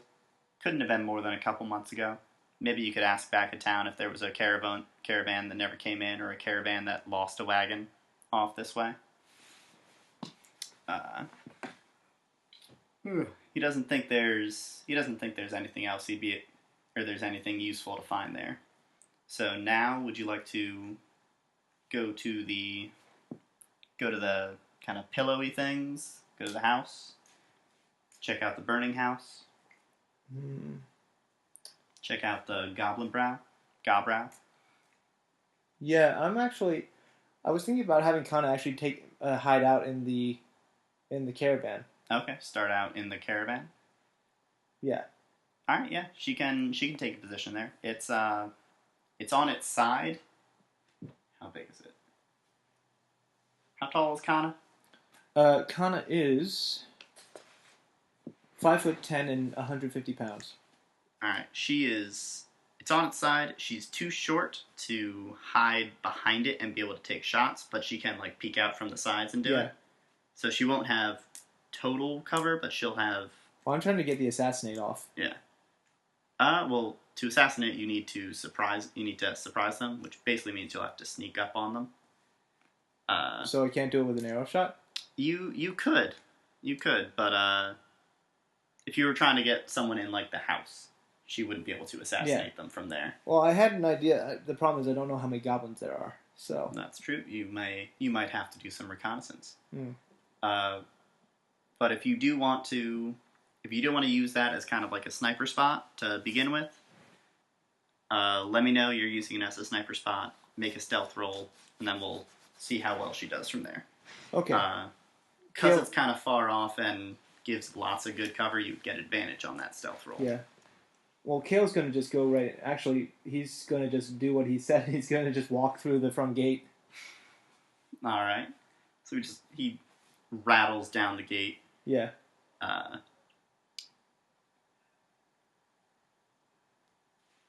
Give me a loudness check. Okay. So that's going to add your strength to it. 6 plus 4 is 10. All right. You don't use too much of your strength. When he said he could literally walk through it, he meant it and was right. He just had to walk through it. It just kind of gently falls over as he walks into it. Nice. Doesn't make a big clatter or anything. It's on like packed dirt, but it's not that packed. So it's almost, unless he had used more strength, it could just be that they're used to it. It would be as if it just fell over on its own. It could have been a gentle breeze. And everyone's like, the gate fell again. We'll get it later. I don't care. All right. Where would Kayl like to go from here? He's going to see if he can do some damage in the burrows or in the nests. So he's going to try and sneak up on the nests. All right, sneak up on the nests. Give me a stealth roll from Kayl.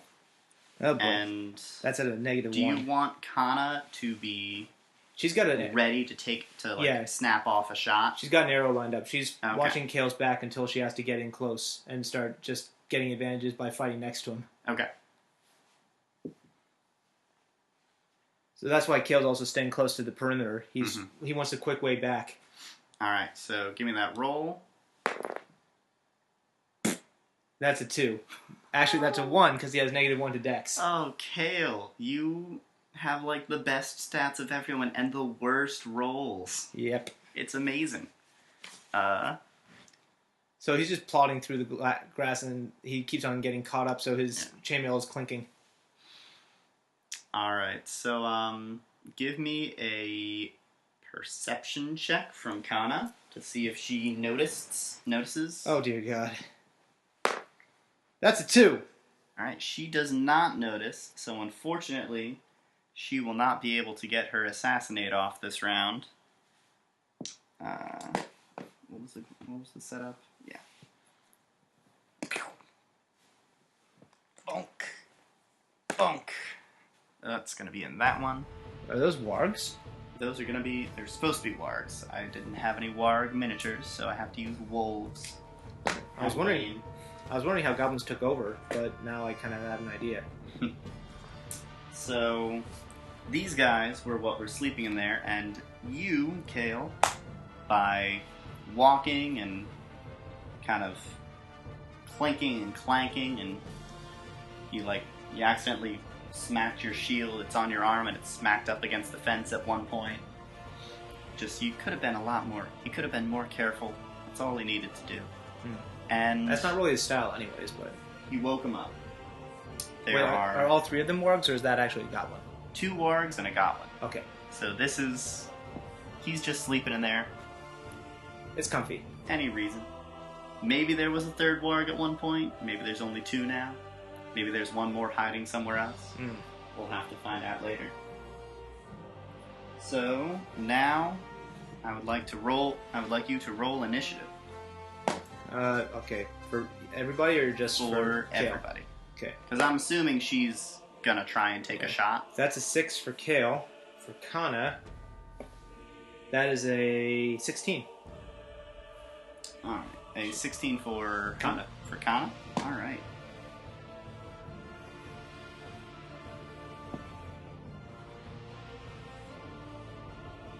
That's that.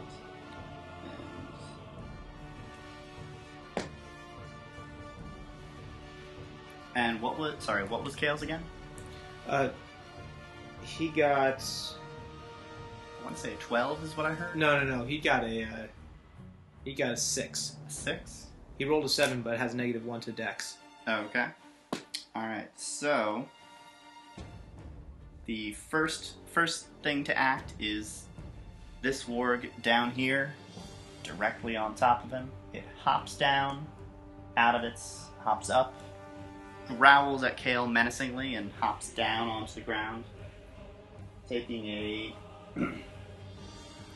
large chomp at him with its big vicious teeth. It tries to catch him in its jaws and manages. It bites down. Kayl kind of puts up his arms to stop him, deflecting with his shield, but can't hold him off for too long. His fangs kind of sink into Kayl's left. So which arm does He's Kayl right-handed. wear? Right-handed? Alright, so sinks into his right kind of wrist a little bit. Dealing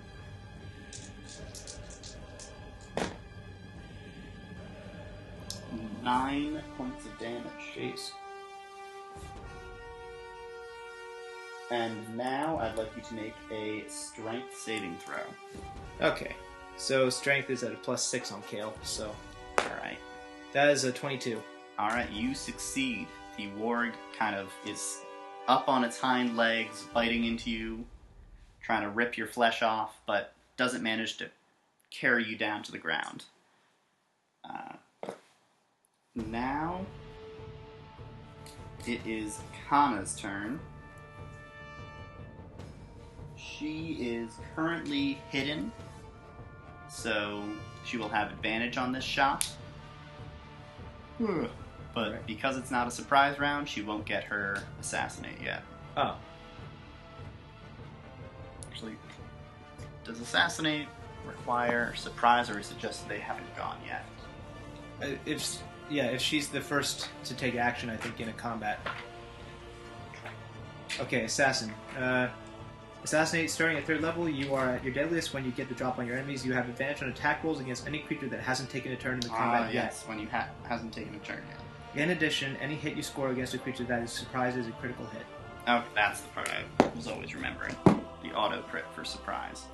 But, so these wogs are surprised. They're not surprised, but basically, without even being hidden, you have advantage this first round, as long as nothing on anything that hasn't gone. So I'm targeting the second warg. Yeah. The one that isn't already engaged. Mm-hmm. So that's advantage? Yep. That's a 14 or a 10. I will take the 14 plus... Where did I put it? 14 plus 5, so 19. Alright, so your shot flies true and strikes the warg directly in the shoulder. Right at that joint between leg and shoulder. Alright. Looks like it could be a big one. And right, that's a sneak attack. Yes. So, 1d...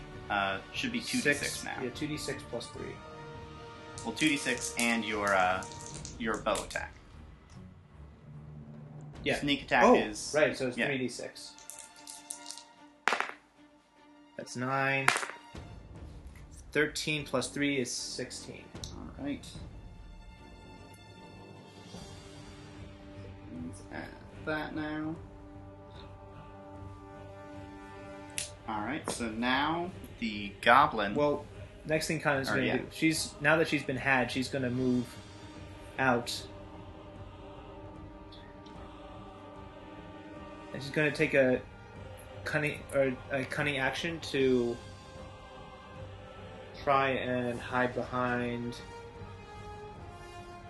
the low fence, I guess. the little fence. I don't know how the fence is built. It's a shoddy, like, you know those fences where they have the wooden posts and then the 2 wooden posts. Oh yeah, okay. Top and bottom.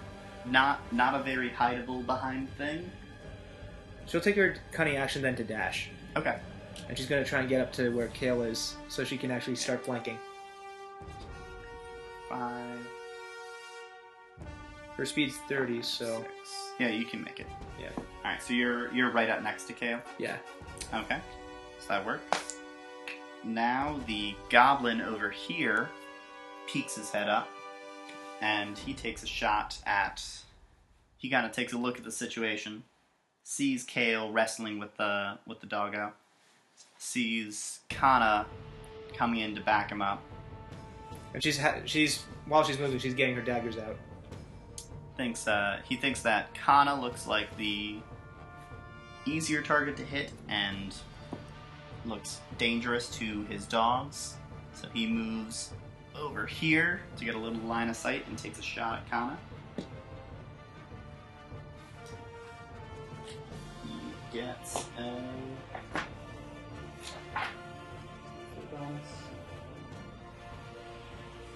gets a 15, which I believe is her armor class. Yes. Alright, so that is a hit barely. He deals 5 damage to Kaana. His arrow goes right over the shoulder of his big warg and strikes Kaana in her own shoulder. Alright, she's down to 18. Alright, now the warg that Kaana shot is going to hop up, and he is enraged and charges straight forwards. 5, 30, getting right on Kaana. Ah. I got him. There we go. Up they go.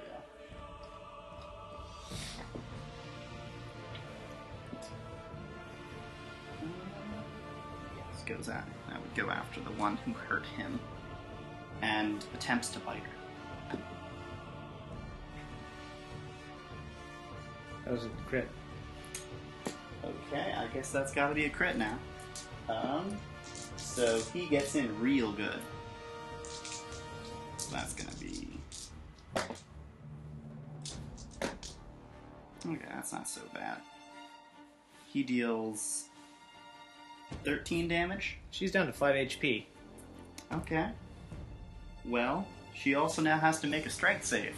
Oh, she's at a -1 on that.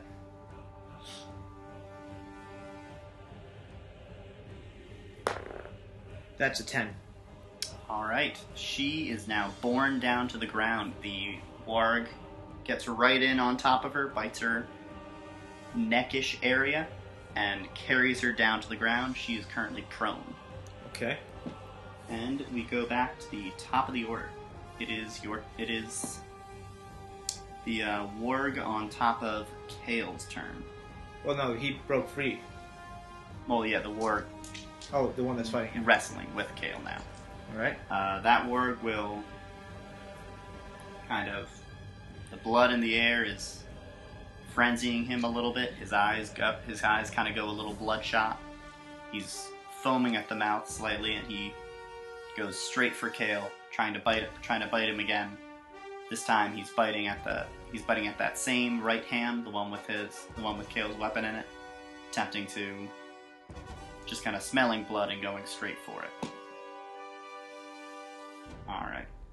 However, Kayl is able to intersperse his shield with the warg and almost kind of smack him away, block him off, and does not take any hits. Now it is Kaana's turn. Why Kaana? She's next. Right, she had the 16. Okay, yeah. Is she able to attack from a prone position, or does she have to... Yeah, she could attack from prone. She's going to try and stab at the warg with her cold iron dagger. Okay, go right ahead, make your roll. So that's with a +5. That is almost a crit. That's a 19. If only that had been Kayl. Alright, that manages to hit. Alright, so 1d4 plus 3. 1d4 plus 3 plus an additional 1 for the cold. I'm hoping that's enough to take out a warg. That's 3 plus 3 plus 1 is 7 damage. 7. Alright, you catch him right in the artery. He is severely weakened, backs off, kind of staggers back a little bit from on top of you. You're able to, you can pretty much freely get up now. You don't have to battle against him as you're getting up. He does not look like he's doing well. One more strike might be enough to take him down. Then Kaana's going to take a bonus action to attack with her offhand dagger. Alright. That's a 17 plus 5 is a 22. Alright, that is enough to hit. Roll that 1d4. That is 2 damage. 2 damage. Alright.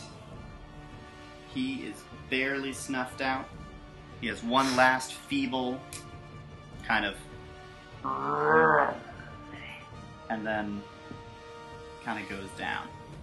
Legs, okay. Head like right on top of Kaana's legs. Okay. Kaana's going to try and maneuver herself to hide behind the warg's body so that the goblin can't get another shot off at her. So she's going to kind of try and take cover? Yeah. Lay prone behind it? Yeah. Okay. Alright. Now the goblin sees that Kaana looks very weak. He's gonna try and take a shot at her. Okay. Moving a little bit closer because she is laying down and covering behind the warg. She's gonna be very difficult to hit. All right, the arrow misses, and your impromptu shield works perfectly. Dunks right into the dead warg. The goblin kind of lets out a little cry of sadness as he realizes he just shot his own pet. But now he moves and tries to scamper off this way and hops into that big nest to take cover. And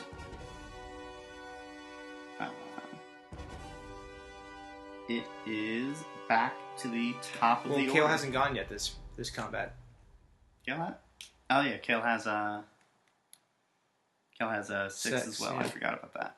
So yeah, now it is Kayl's turn. All right, he's had enough of this warg. So he's gonna take his axe and just chop into it. Mm-hmm.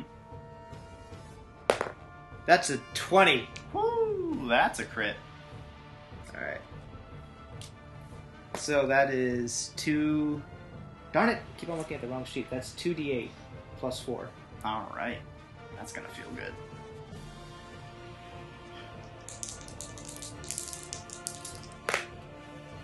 That's 4 damage plus 4 is 8 damage. Hey, 8 damage is 8 damage.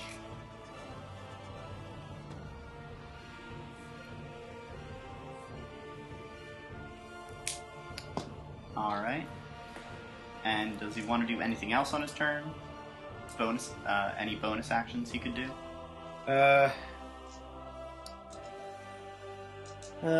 Nothing really at the moment. Okay. Shoot, I keep on forgetting what Fighting Style Protection does. Gives you +1 AC. Oh wait, no. Protection is as a reaction, you can impose disadvantage on a melee attack. Might be any attack. I think it's a melee attack against an ally within 5 feet of you. Okay. As long as you're using a shield. Alright. Kaana thinks... So basically, if Kaana's within 5 feet of you, you could quickly, no, you can't hit her, and help her kind of avoid the hit. No, he doesn't really have another action he wants to take. He's not, with Kaana in her current state, he's not willing to actually let her, he's going to try and protect her. Okay. Alright, so let's make that. Alright. So the warg, it's now back to the top. The warg again, it sees the other warg having been killed. The blood on the ground is completely lathered it into a frenzy. It's almost out of control of its own actions now. It's just trying to gnaw on Kayl like some kind of rawhide treat, and goes straight for him again. This time, fakes high and then goes down low towards his ankles, which are now kind of getting covered by the blood from the ground, blood from Kayl bleeding, from it bleeding. These are some smart bozos. And he gets an 18 to hit. Is that enough to hit? His AC is 18. Alright, so that means it does hit.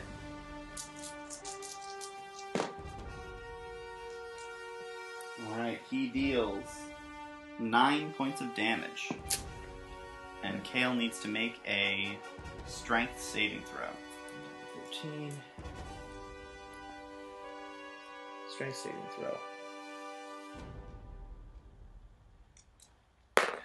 That is a 20 in total. Alright, Kayl again manages to kind of shake the warg off. The warg takes its bite, pulls away its chunk of its bit of flesh, leaves its wound, but isn't able to shake Kayl or make him fall down. Now the... Did I have the warg go first? Yeah. Oops, I was supposed to have the... Oh no, that's right, that's the fast warg, not the slow warg. Slow warg's dead. Now it's Kaana's turn. Alright, Kaana's going to come up behind her her improvised meat shield. Alright, that takes half her movement to stand up. Well, it's fine, because she's just going to try and snipe at the goblin. Oh, okay, she's going to shoot from him? Yeah. Gotcha. So... Yep. With a short bow... That is a 19. Alright, that will hit. You catch the goblin right in its head as it's peeking out. Roll for damage. 1d6 plus 3. That is max damage, 9. Alright, you catch him and brings him right in the temple, swings his head around, and he falls down dead on the side of the nest. Now it is just the warg you have left. Does Kaana want to do anything else on her turn? Yeah, she's going to... Okay, how would that work? She would take the last of her motion to try and do an attack with advantage because Kayl's within 5 feet. Well, that doesn't give you advantage. That just lets you get sneak attack on a hit even without advantage. Okay, then yeah, well that's what she's trying to do. Okay, so she's trying to pull out her dagger to hit with it? Yeah. Okay. With the offhand, because she's already taken her attack action. So...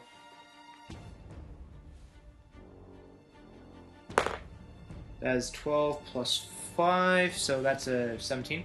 Alright, that will hit. Roll your 1d4 and 2d6.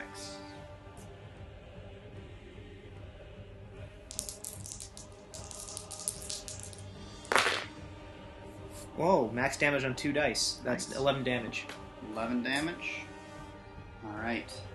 The warg definitely cannot take another shot like that. And with Kayl coming up. And it is Kayl's time to shine. Hey, bada. Hey, bada. Swing, bada. That is 15 plus 6 is 21. Alright, that will hit. So let's see that damage. That is 8 damage. 8 damage. Kayl manages to cleave its head in twain, and the warg falls down, finally dead, having done a decent number on Kayl and on Kaana.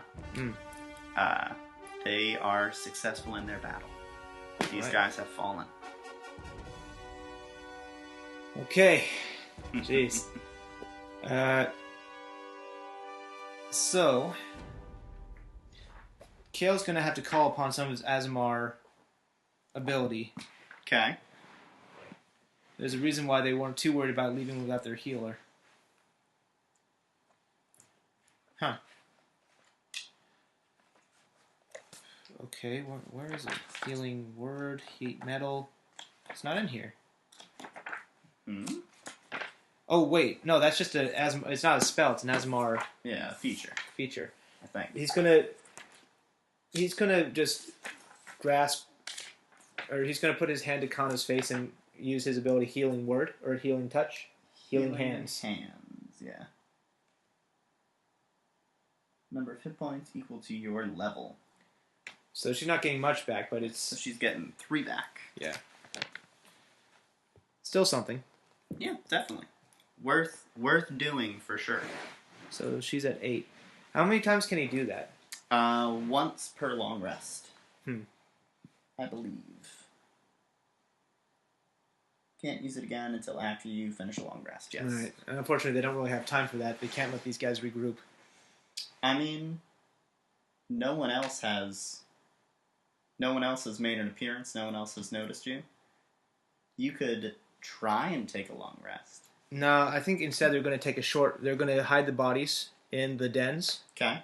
As if they were sleeping. And they're going to actually use the warg's bodies as a way to hide themselves. Okay. And take a short rest. That sounds good to me. Go right ahead. Roll your hit dice if you would like to. I'm going to use up the last of each of their hit dice for this. Actually, no. Kaana will use both of her hit dice. Okay. Kayl's going to use 1. I have reasons. She's getting back 5 health. So she's at half health. No, she's a little above half health. Kayl is going to use 1, so he's got 1 d10 left. He's getting back 3 health. I'm not rolling well tonight. At least not for the second half of this episode. That's true. You did have only 1 failure across all of your rolls in Tukra's part. True, yeah. Tukra was kicking some butt on the astral plane. Yeah, I don't think you rolled lower than a 15 most of the time. True. Ugh. Ooh, that was my shoulder. Ooh, yeah. Alright, so...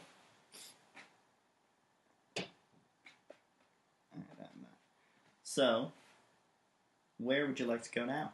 You've got the main house to investigate, and you've got the burning building if you want to check that out.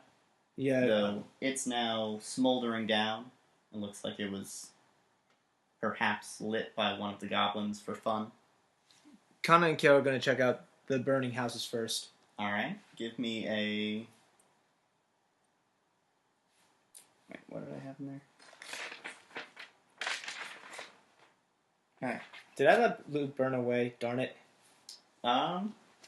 Give me an investigation roll. So, on Kaana, that's a +2. That's 15. On Kayl, it is a 17. Alright. You smell the foul, putrid odor of Galore, made even worse by being burnt. Oh. It was apparently a bad batch of Galore that they decided to get rid of. What is that made Which of? makes you think, if the stuff they keep is a good batch, what must a bad batch taste like? What is the alcohol content on that burned that well? Jeez. It's over 50 proof, right? Well, 50 proof is only 25% alcohol, alcohol by volume. Right, so it has to be... it's got to be at least 50%. 40% or so. Yeah. This is... We had that discussion because of the wine cellar that time. Jeez. Give or take. Yikes. I mean, they don't know too much of the science of that. They just know it gets you messed up, and it's the worst thing in the world. All right. And nothing else seems too important there. It's just the barrels of Galore being burnt. You could put them out if you want, or you could leave them be. Let's leave that be. Okay. We'll save that cleanup for after all the goblins are gone. Sounds like a good plan. So this time they're going to actually take the stealthy approach, and Kaana's going to just have her knives out, and she's going to try and investigate the main house. Okay. There are windows. There's a window here. Here. There are 2 windows into a front room, and 1 window in a side room over here. And you said it's only 1 story, right? Yes. Cool. I thought I would have to use levitate to sneak in to the higher levels. Nah. But she's going to take one of the side ones because she's going to try and get to the back of the house. Okay. Which side are you going for? The one closest to the burning house, because they're not going to try and do the full loop around and get the goblins time to wake up. Because she's neither of them believe that there was only one goblin holding down the entire fort. Yes. All right. Kayl's gonna, and while Kaana's starting her investigation of the house, she's gonna see if she can find a bigwig among them and just take him out with an assassination. While Kayl's just gonna be ready by the front door, ready to burst in and act as the meat shield. Okay, so he's gonna like get ready for her sign to pop right in. Yes. All right. When you go to this side, you see you see what looks like it was the dining room here. Okay. Through into this area, you can't see much, but you see at least one goblin waiting here. Where are my other things? Yeah, that's that. You don't see anything. You can't see into the kitchen. There are no windows in here. So, Kayl can't, or Kaana? Is Kayl looking in the windows? No, he's just waiting. He's trying to stay out. He's trying to stay out of sight. Okay, Kaana sees just this one goblin in this area, but it's a narrow viewpoint. You're looking both through a window, then through a doorway across a room. So you're seeing just like a slight sliver of it. Okay. But it has not noticed you. So like it's moving around a little bit. It's talking to someone, saying, can't tell what, but as a hired killer, I assume she has some level of kind of like reading lips, something like that. So she can't tell what he's saying, but she can tell. She sees like that's how you talk when you're talking to someone. Yeah, there's body language to it. There's a deferential look to him. So he's talking to someone more important, but she can't see the more important person. Okay. Do you want to keep moving around the house?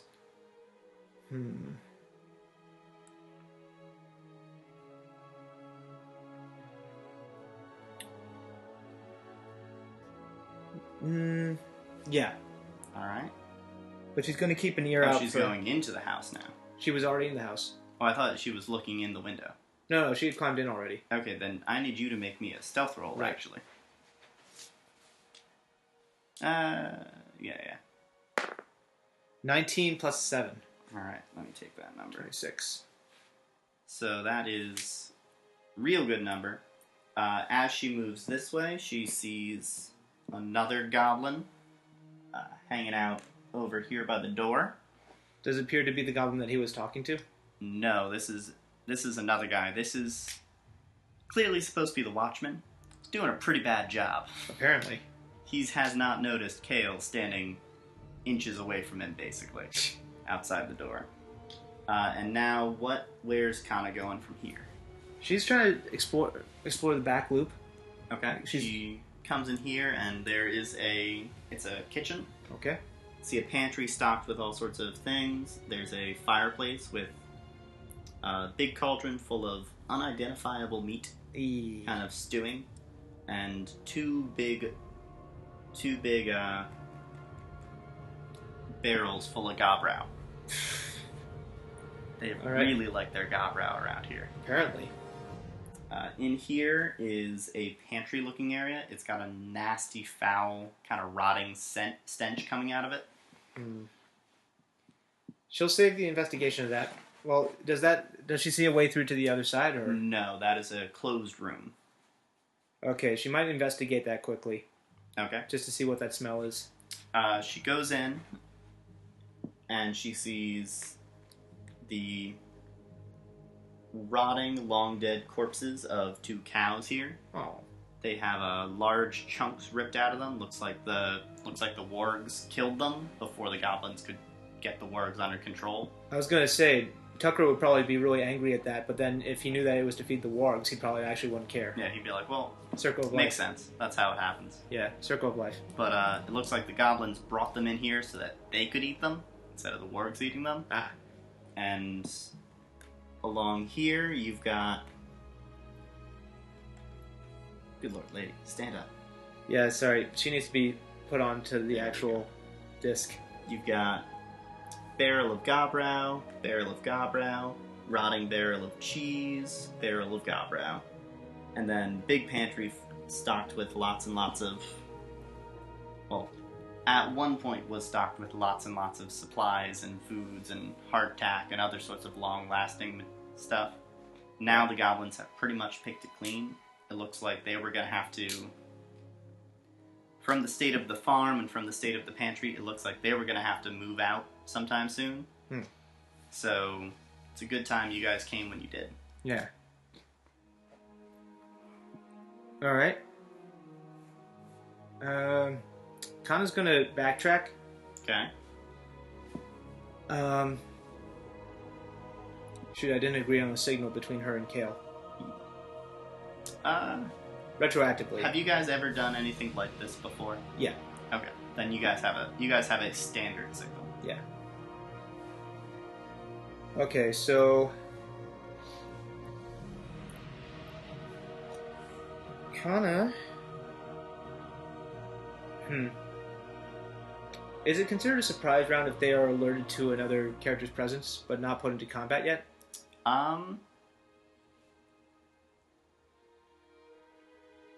Tell me what your plan is. Have Kayl knock. The goblins come over, and possibly the other guy who's in there would come to investigate as well, or else he'd stay back. Okay, so basically, have Kayl serve as a distraction, so that Kaana can come in with the surprising shot. Yeah, I would allow that to work. Okay, so Kaana is going to stealthily try and get out, go around the corner. Okay. And she's going to get Kayl's attention, and even though it's dark, Kayl can probably see her because of his dark vision. Let's see. Yeah, Kayl has dark vision. He can see her. Okay. She's going to indicate... She's going to try and stealth back in. She's going to indicate to him that she's going to stealth back in, give it 2 minutes, and then knock. Okay. Kayl's worked with Kaana before. Yeah. He gets the gist of the plan. He doesn't know what she's going to do. Well, he's probably a little... doesn't know exactly what she's going to do. He's probably a little concerned, because it seems like a risky plan. Yeah. But obviously, he'll follow it, right? Yeah. Okay. He's also not too concerned about being the meat shield, because he now has his ace in the hole ready and waiting for a goblin horde. That's true. So, Kaana's going to... I guess she has to do another stealth roll?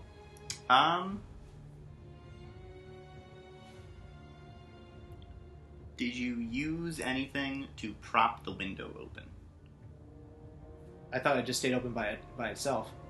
Nah, this is those old kind of windows. They carry up. They don't have a latch to hold them or anything like that. Then I think she would have. Okay. What sort of thing did you use? Like, would you have grabbed something from your pouch? Would you have grabbed something from the kitchen or from the table area? From the table area, yeah. Okay. Make a check for going back through the window. Okay. What kind of check? Dex check? Let's call it sleight of hand. Okay. Basically, yeah, Dex check. So +3. That's a 6. All right.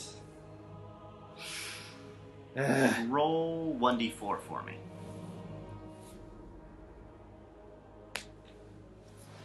That is a 3. All right. And what's kind of strength? 8? 9. 9. All right.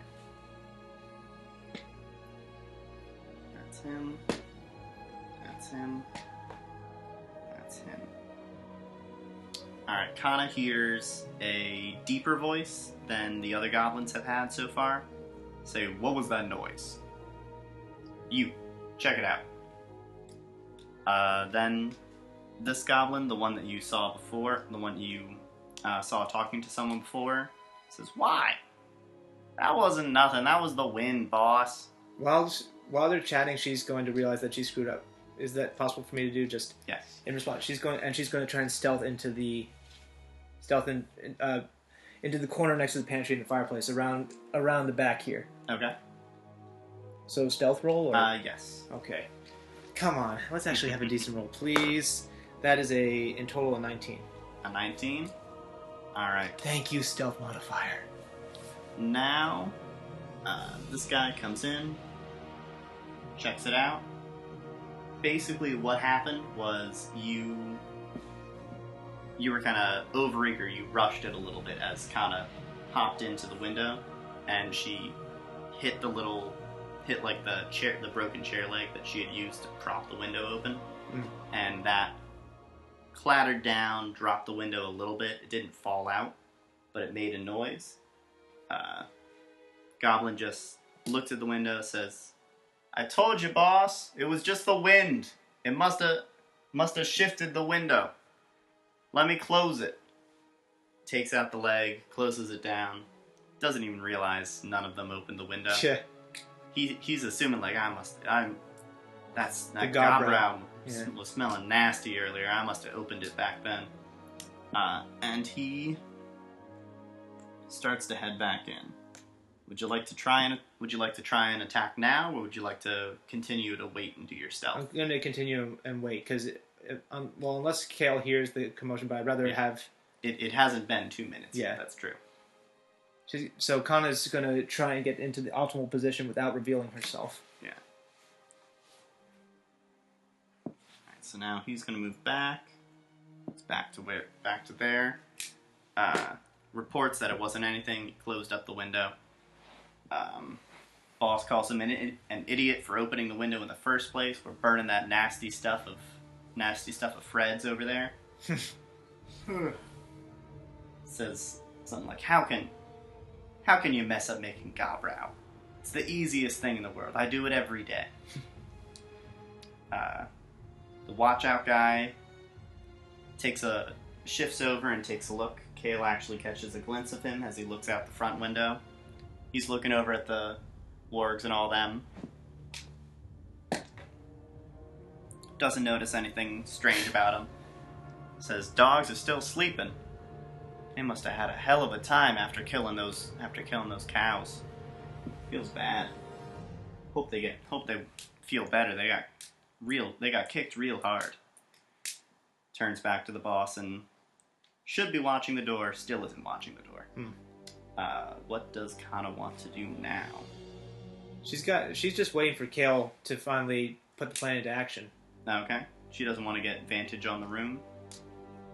I thought she was. Yeah, actually, I get. Yeah, I mean, she's standing here. Yeah, she's doorways. She's trying to sneak up next to the doorway. All right, now she finally sees there is a bigger goblin, more muscular and taller than the other goblins.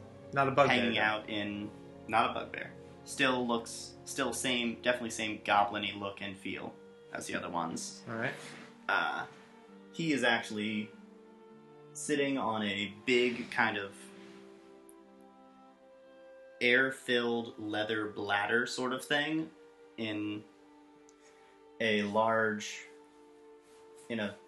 actually incredibly fancy stone fountain that is inside the house.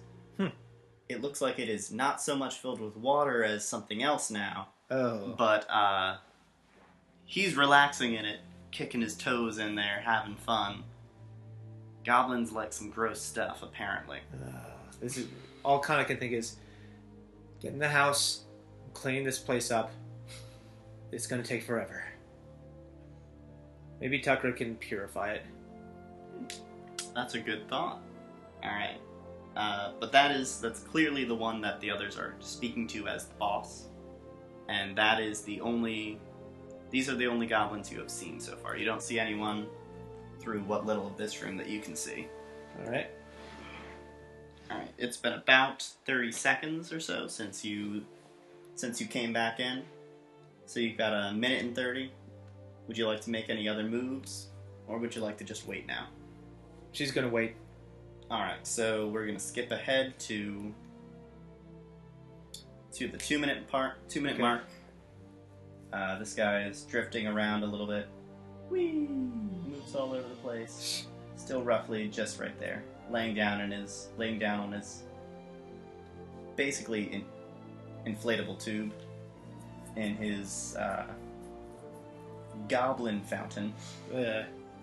This guy is moved up and around, ends up settling back into this chair here up against the wall. Kaana can barely see him from her perspective. This guy still holds a lookout, goes out and looks at the wargs every once in a while. Kayl knocks, and they all kind of stand up. And sorry, there is one thing I would like to say, is that realizing that the boss is actually just floating in the fountain, he's not really in a position to get out. Kaana decides that it's best to take a pot shot at him, so she's going to actually ready her short bow while she's waiting for Kayl to spring the trap. Alright, so she readies an action for an attack when Kayl knocks. So Kayl knocks, Kaana takes her shot.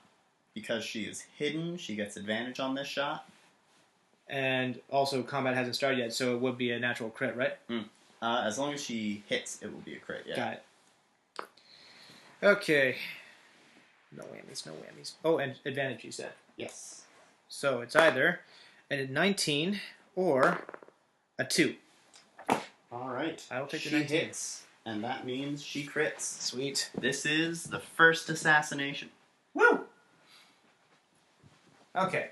So that should be 66, if I remember correctly. Jeez. 66. That sounds about right. Mind if I borrow those 3 d6s I gave you? Thank you.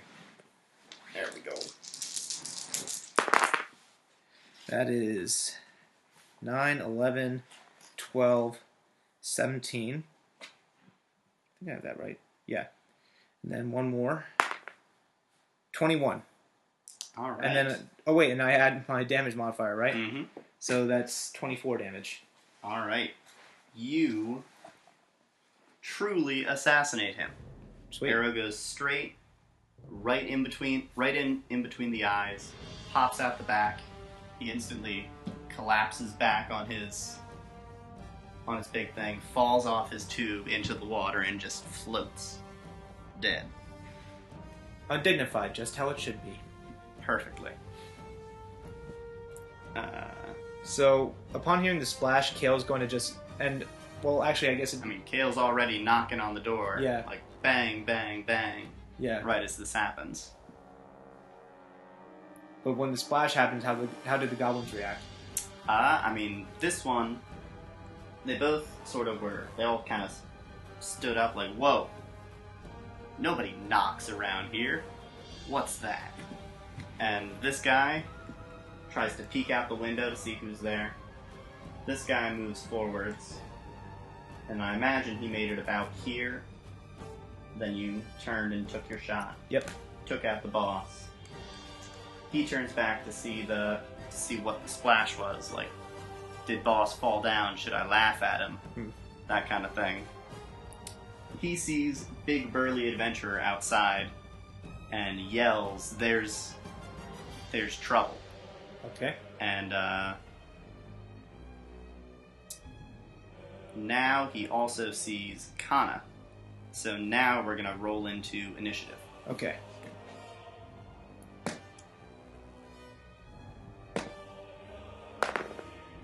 That's an 11 for Kaana, and for Kayl, 9. So Kayl's at an 8, and Kaana's, with their mods, Kaana's at a 14, and Kayl's at an 8. Kaana 14, Kayl 8.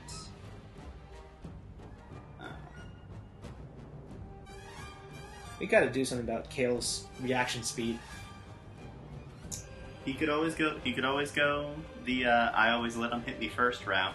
Yeah. Just like I can take it. Guy's built like a tank, but seriously, it's kind of annoying having him wait until he's taken half of his health.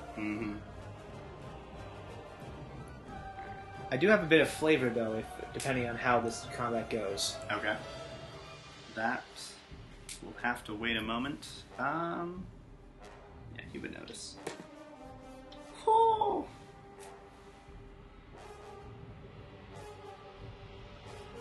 That is nice. Uh-oh. Alright, so our middle of the room goblin here has the fastest reflexes, apparently, and he whips around after he says there's trouble and there's an adventurer, and he sees Kaana in the doorway, charges forwards, and tries to fumble out his sword, taking a swing at her as he does. He manages to slice her. Can I steal one of those d6? Yeah. That should be all I need, actually, just the one. Alright, he deals 3 points of damage. Now it is Kaana's turn. So Kaana grunted at that, or she yelled. Mm-hmm. And then she says something less than pretty and primordial. I'm defaulting to how I swear. I swear in other languages. So of course, it sounds beautiful and primordial. Yeah, and she's going to swap out her bow. Well, she was swapping out her bow for her daggers while he was slashing at her. She shot, and then first, as a killer, what she does is the moment the arrow leaves, it's going away. Yeah. All right. She's pulled out her daggers by this point, but she just... whatever she says in primordial. And then she's going to go with the cold iron dagger. Mm-hmm. As a... Yeah, no, that's right. That is a 19. Alright, that will hit. Okay, so that is, with the dagger, that is 1d4 plus 4, because we're adding on the ice, the cold damage. That is a 3 plus 4 is 7. Alright, your dagger sinks right into his ear. You kind of turn it, pull it out. He flops down on the floor, passed out, stone dead. And Kaana's going to retreat and hide around the corner, using her cunning action. Make a stealth check for me there. Wow, that's the first bad stealth roll she's had. That's a 2, plus 7 is 9. I mean, it's still a 9. True. But unfortunately, she doesn't think she's hidden that well. Alright. She's not sure if something's gonna make it past her or not. Yeah, she was thinking more of not being in line for an arrow. Alright.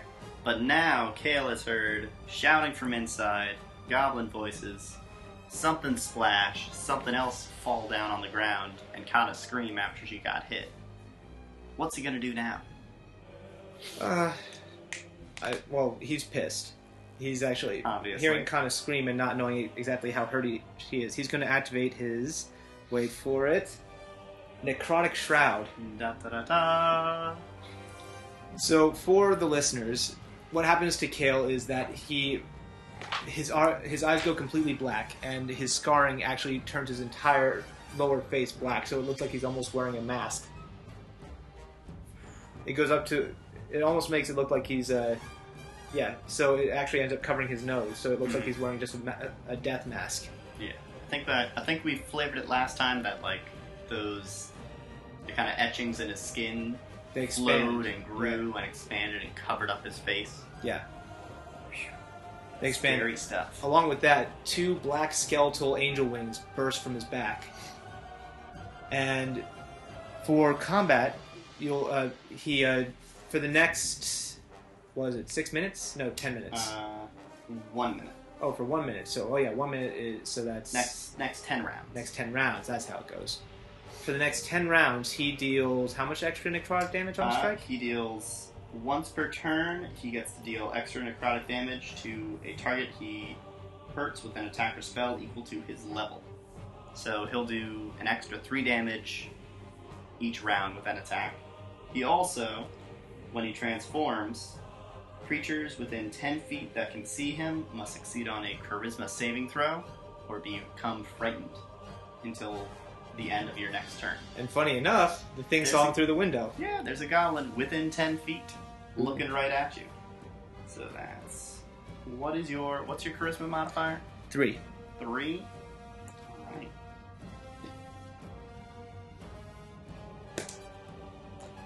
He gets scared. So I just imagine these wings burst out, the goblin's pausing, just not sure what to think yet, and then Kayl's black eyes just turn and look directly at him. Yeah, like it kind of goes one and then the other and then the other.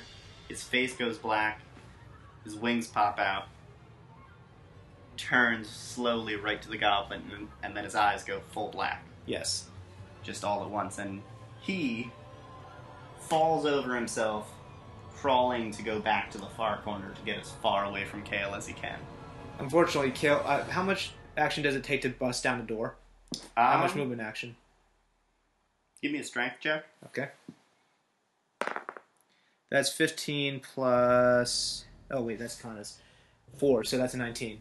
Alright, yeah. That's going to take 5 feet of movement to bust down the door.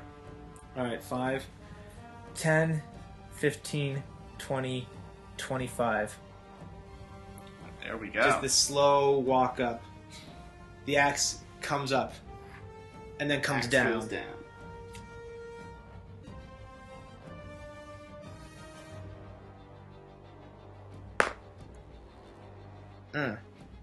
That is a 10.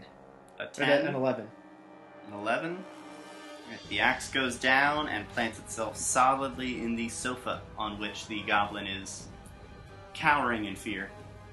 The goblin, though, is simply just laying there gibbering. Wait, hold on. You said he was prone? Yes. Oh, so... Oh, yeah. Take advantage on it. That's better. That's a 16. That's much better. That'll hit him. Gotta remember that prone thing, personally. Well, I guess I did, but it's a little late. What you said that he was afraid. Is that even a rule in 5e anymore? I don't know. I don't. You know, how about we just... How about we say same. instead that I took the action surge? Yeah, that works. Yeah. Alright, so roll your damage. Okay. Should be a d8. Yeah, d8 plus 3. Mm-hmm. Yeah. Plus 3 plus 4, plus another plus, 3. No, sorry, 1d8 plus 4 plus another 3. Alright. I keep on looking at Kaana's. That's the trouble when you got more than one. Yeah. That is 1 damage, so it's 8 damage total with the necrotic. Alright. That is actually enough to take him out. He simply... The axe strikes in and then it just starts... It doesn't even cleave him in half. Usually when Kayl gets a big finishing blow, he cuts off a limb or cuts off a head or leaves a big gaping wound. This time, it's almost as though Kayl stops the weapon and then black blisters start to grow out from the wound and ooze and seep pus. Yeah, unfortunately, Kayl wanted this goblin to suffer. And suffer he does. He's in agony for the moments before his heart gives out and he dies out of terror and pain. I feel a little bit bad about this. Yeah, they're goblins though. Yeah. Alright, so that is all the goblins that you can see. Now make a perception check for me, Kayl. It's a 2 plus 2 is 4. Alright. So goblin comes out here. He looks even bigger than the other goblin. Than the other boss goblin. Alright. Page.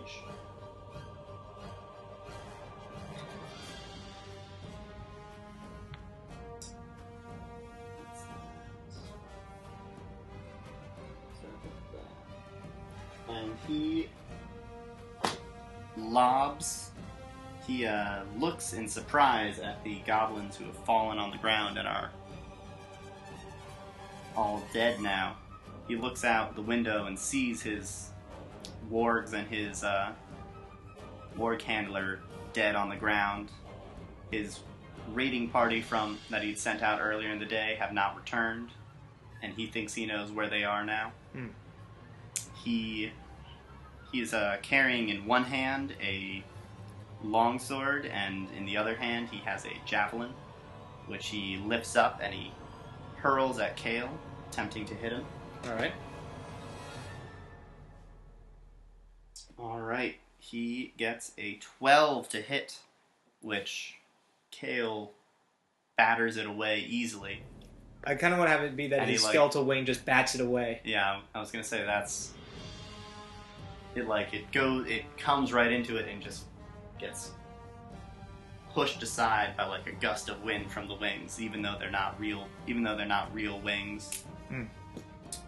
He cries, "Die, adventurers, die," and then goes back to the top of the order, which would be Kaana. Was she technically in hiding against this guy because he never actually saw her? Yes. Okay, so Kaana, hearing the voice of another goblin, is going to prep her short bow and come out and launch an attack once she gets a beat on him. Alright. Make your attack roll with advantage. Okay. It's either an 8 plus 5 or a 2 plus 5. So let's go with the 13. She does not manage to hit. She nails the wall right next to his head, though. Like, gets it right in here. He's standing right in the doorway. Okay. He is a much more intimidating looking goblin. He's got a big, looks homemade kind of metal beaten breastplate on. Okay. And he points at Kaana and kind of says in a classic WWE style call out, "You're next." In response to that, she's just going to smirk and then just try and disappear into the shadows with her cunning action. Okay, so like she's going to slide off to the side and hide again? Yeah. Alright, go for it. That's a 15 in total. 15 in total? Alright. You feel like you've done a good job hiding. Okay. So now it is Kayl's turn. Alright. And Kayl's not wasting any time. He's just coming in for the kill. Alright, going straight for him.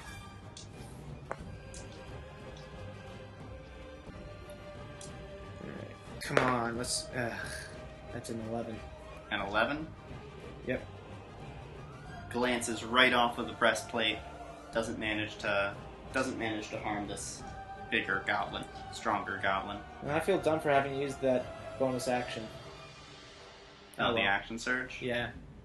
Yeah, probably would have been useful. Oh, well. How much health are both of y'all at? Kayl's at 16, Kaana's at 10. Okay. Alright. So, he raises his longsword, grasps it in both hands, and takes a big swing at you. Okay. Tries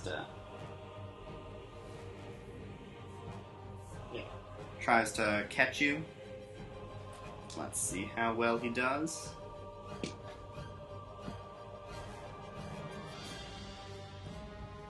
Alright, that is a 19 to hit. That'll hit. I believe hits. Could I actually borrow a D8? Uh-oh.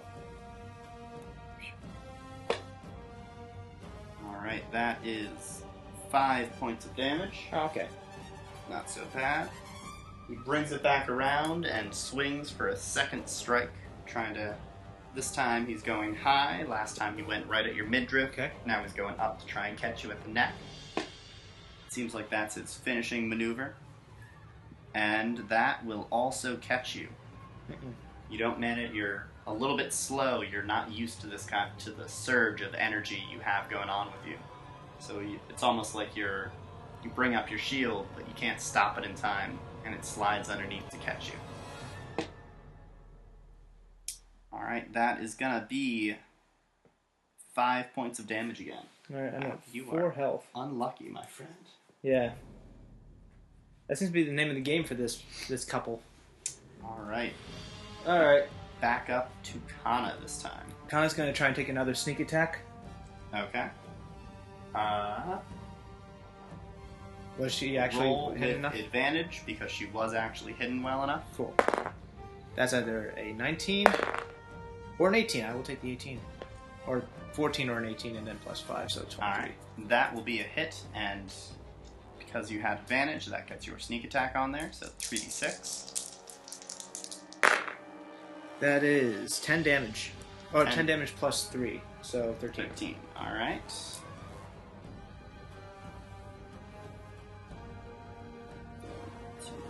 That much now. Alright, now it is Kayl's turn. He's going to, go with the oldie but goodie. Mm-hmm. Take a swipe right at him. Mm-hmm. Alright, go for it. How many rounds has it been since he activated? 3? 2. Since he activated, this will be the third round okay. that he's activated. Come on, Kayl! Kill me. What's he getting? That's a 3 plus 6, so that's all right. His battle axe, it's too large. He's catching the frame, the door frame, as he's trying to swing and trying to hit. Kill me, Kayl. So for his bonus action, I'm going to use Second Wind. Okay. So that's a 1d10 plus his level, or 1d10 plus... 1d10 plus fighter level, yeah. Got it. Come on, Kayl. So you're getting at least 4 health. Did I forget to have Kaana hide? Forgot to have Kaana hide. Yes.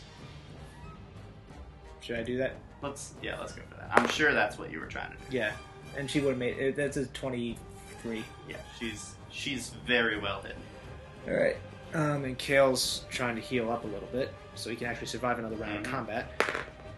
That's 6 health. 6 health. Alrighty. Would he like to try running away? Or would he like to stay right there with him? Well, the problem is if he disengages, or he can't disengage, he doesn't have that action anymore.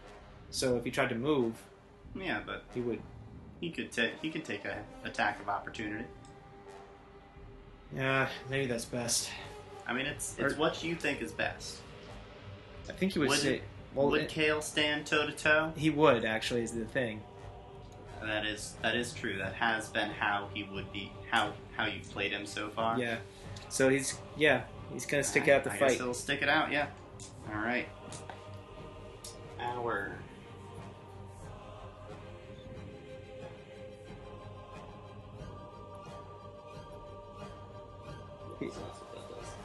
He'd rather have the other guy back off and get the attack of opportunity. Mm-hmm.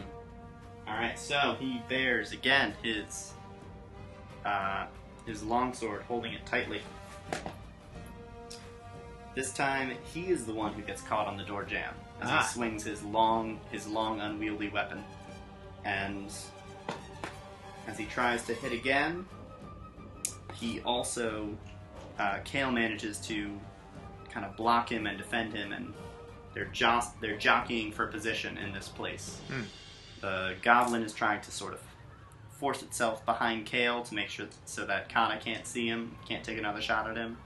Kayl's kind of trying to space out over towards this side so there's space for him to maneuver, and he's pushing the goblin up against the wall. And now it is back up to Kaana. Kaana's gonna do the oldie but goodie. Alright, take that shot. She's used a lot of arrows in this place. Mm-hmm. I think she's used 4 so far? At least, yeah. Yeah.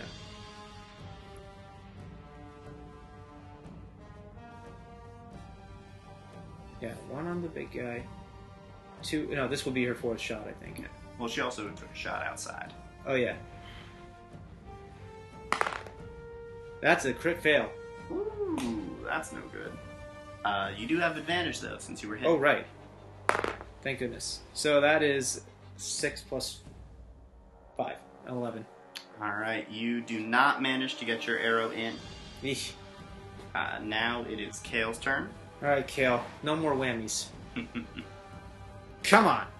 That is 13 plus 6 is 19. That will be a hit. Roll your damage. Woo! Alright, that's a, what is it, D8. Plus 4 plus necrotic. That is a D10. What am I trying to do? Come on, high roll. That is not a high roll. But that is that's 9 still damage 9 total. Damage. Alright, down to that much. And also Kaana was going to hide. Keep on forgetting to do that. So she rolled 16 to hide. 16, okay. Let's see. Down there.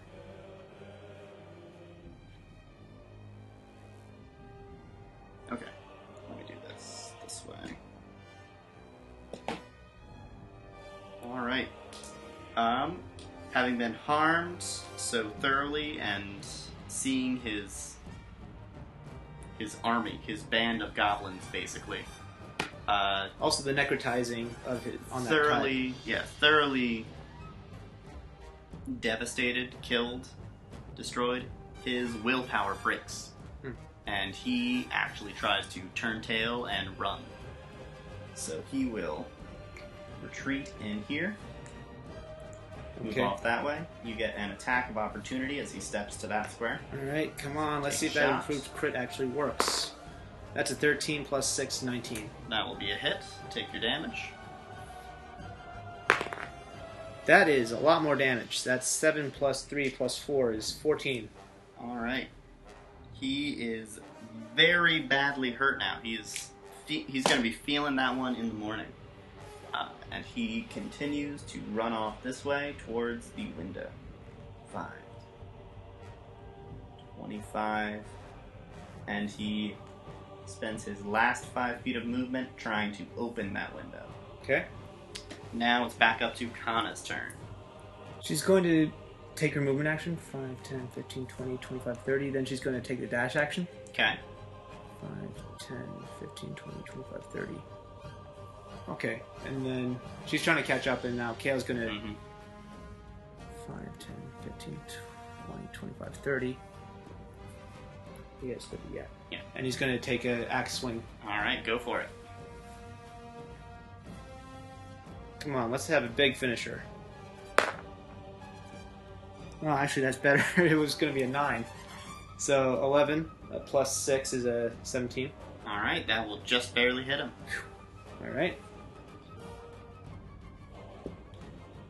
4 plus 7. So 11 damage. Alright. Your final swing of the axe plants itself firmly in between his shoulder blades. That kind of black, those kind of black oozing kind of sores start to grow out and spread across his back. He collapses down on the window and slides to the ground, leaving a sickly kind of oily, gleaming mess as he slides down. Yeah. He has fallen. All right. Here we go. Oh, you have cleared out all of the goblins from this area. Congratulations. Thank you. Was not sure you were going to make that for a little while. Me too. Yeah. I'm glad I saved that D10 for the second wind. Mm-hmm.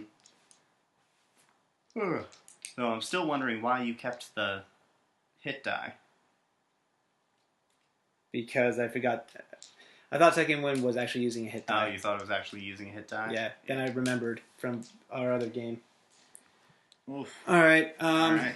So Kaana and Kayl are going to spend the next few hours just cleaning up every bit of goblin influence on their new property. Mm-hmm. That's going to take quite a while. They're at least going to burn the bodies. Yeah, that's they're getting rid of them. They're putting them all out in like the place in the nests, I would assume, using the cooking fires maybe, and using maybe the gobrow to fuel because they've seen how well that burns as a fuel source. So it's going to stink up the place something fierce. Well, that will dissipate. It's better than having it sit around. Mm-hmm. All right, let's see. Is there any other things you could want to do here? So you're just cleaning up the place. So you're like fixing the fences, cleaning up any waste from the goblins, cleaning out goblin places, getting rid of the bodies. Maybe kind of like sprucing up some things or knocking down things that are ruined, that sort of thing. Mm-hmm.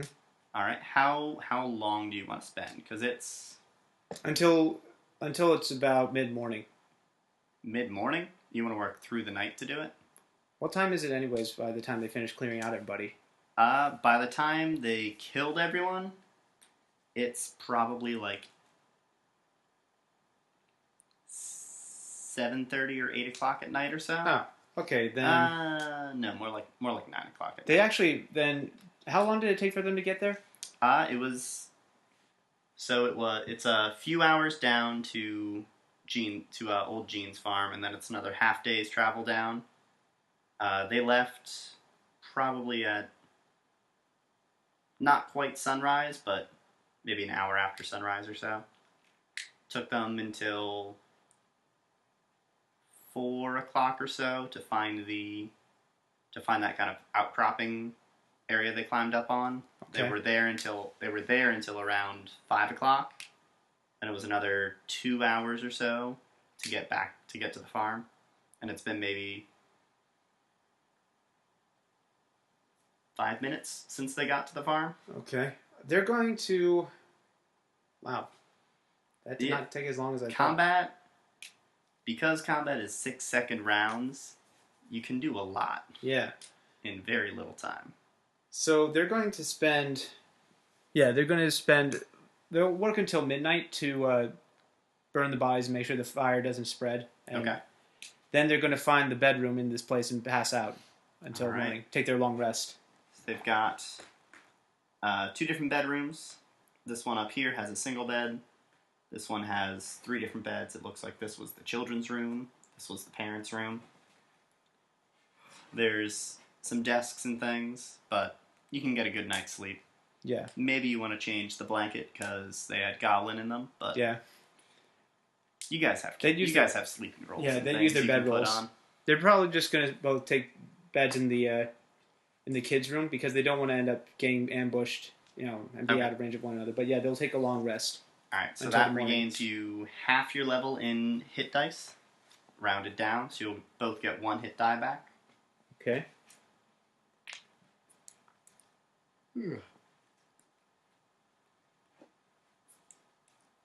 So you have to take multiple long rests to be able to get back all your hit dice, huh? Mm-hmm. Interesting. And you go back up to full health, obviously. You recover any of your abilities you have spent. All right.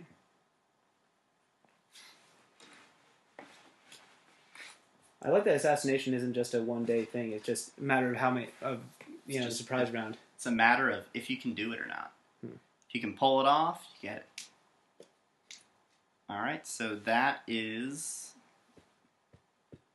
that's all we have for there. The next day, how long do you want to spend working on this place, or do you want to head back? They're going to head back, actually. They want to get Tukra, and they want to check on Tukra, and also they want to see if they can get any help from the village. See if anybody's willing to help them get their new house back in order. Okay. Who are you asking? How are you asking? They're going to go back to the dancing stag, and they're going to tell the tale. There we go. So Kayl obviously dramatizes it a little bit. He tells how they cunningly spotted the ambushing goblin party when they were up on the bluff. No, actually, he would try and spin a laugh for that. Just say he would laugh about it, saying how he thought it was just a couple kids hunting, and then realized, wait a second, they're shooting at us. All right, I like that even more. He's like, so there we were. It was a beautiful sight. You should all go check it out. It's a wonderful area. Then I could have sworn I heard a couple kids giggling, laughing, throwing some stones at a rabbit. Then another one came. Then an arrow landed right in front of me, and I realized, hey, Kayl, those are some goblins shooting arrows at you. You should go get rid of them. All right. They tell the tale. They talk about the abandoned wagon, the brave defeat of the wargs, Kaana's risky adventure into the house to scout out and see all the enemies, her brilliant plan to distract them and then charge in and take out the boss, her nimble diving through windows. Kayl will gloss over that part. Yes, of course. Save his girlfriend's dignity. And then finally, as an assassin. Finally, the cowardly leader of the goblins running away, trying to save his own life after everyone else has died. And Kayl's final heroic blow to take him out.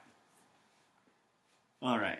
It's a good thing he burned the bodies, otherwise he might have to explain how those wounds happened. Yeah. Oh, true. That would be an interesting thing to see how he explains that if he ever uses that in public. Though, if he's using it in public, he might have a few other things to explain too.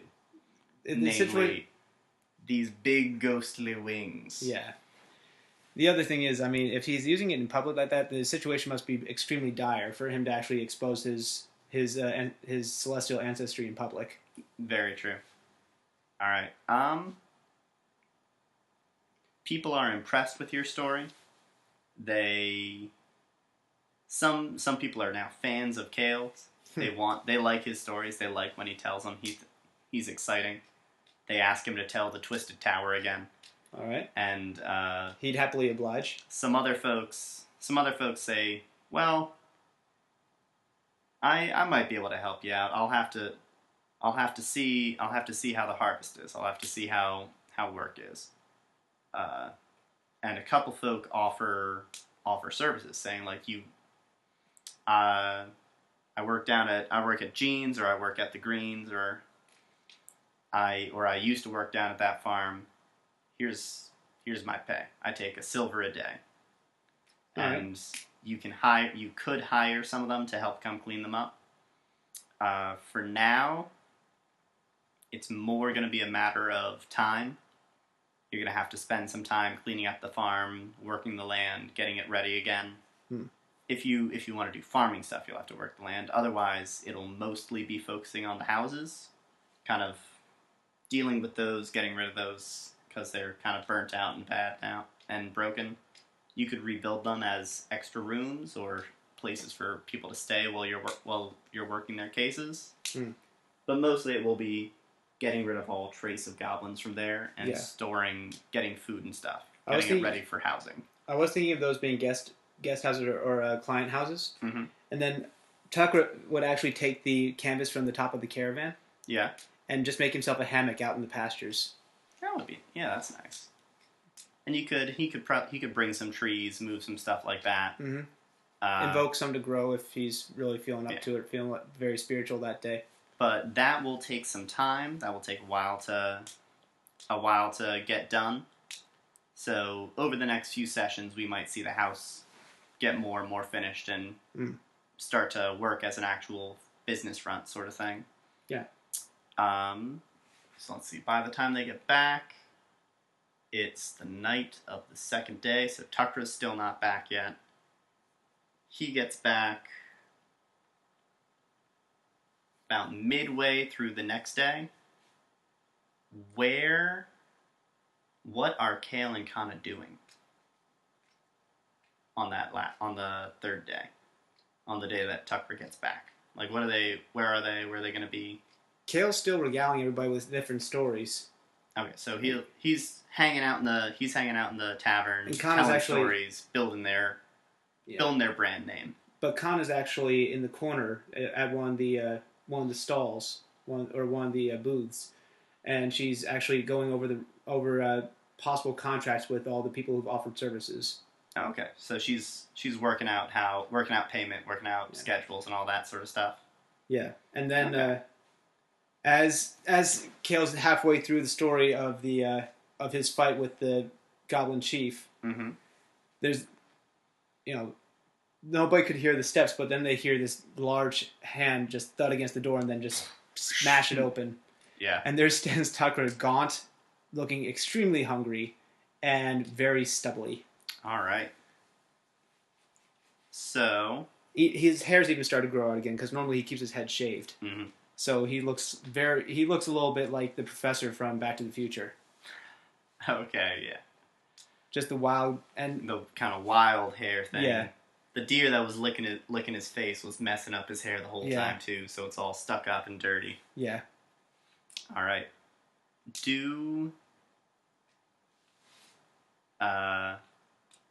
Make perception checks for everyone for me. Okay. Just plain perception checks. Okay. Well, Kayl just got a 17. Kaana. My gosh, Kaana, you are the least perceptive assassin ever. She got a 5+1. Oh. She's got to work on this sometime. Yeah, that's going to be part of her training. She's got to up her intelligence a bit. Or wisdom, actually. Wisdom. She could always take expertise in perception when she gets to higher levels. Yeah, that is the plan. If she's not proficient in it, so she can't do that. Yeah.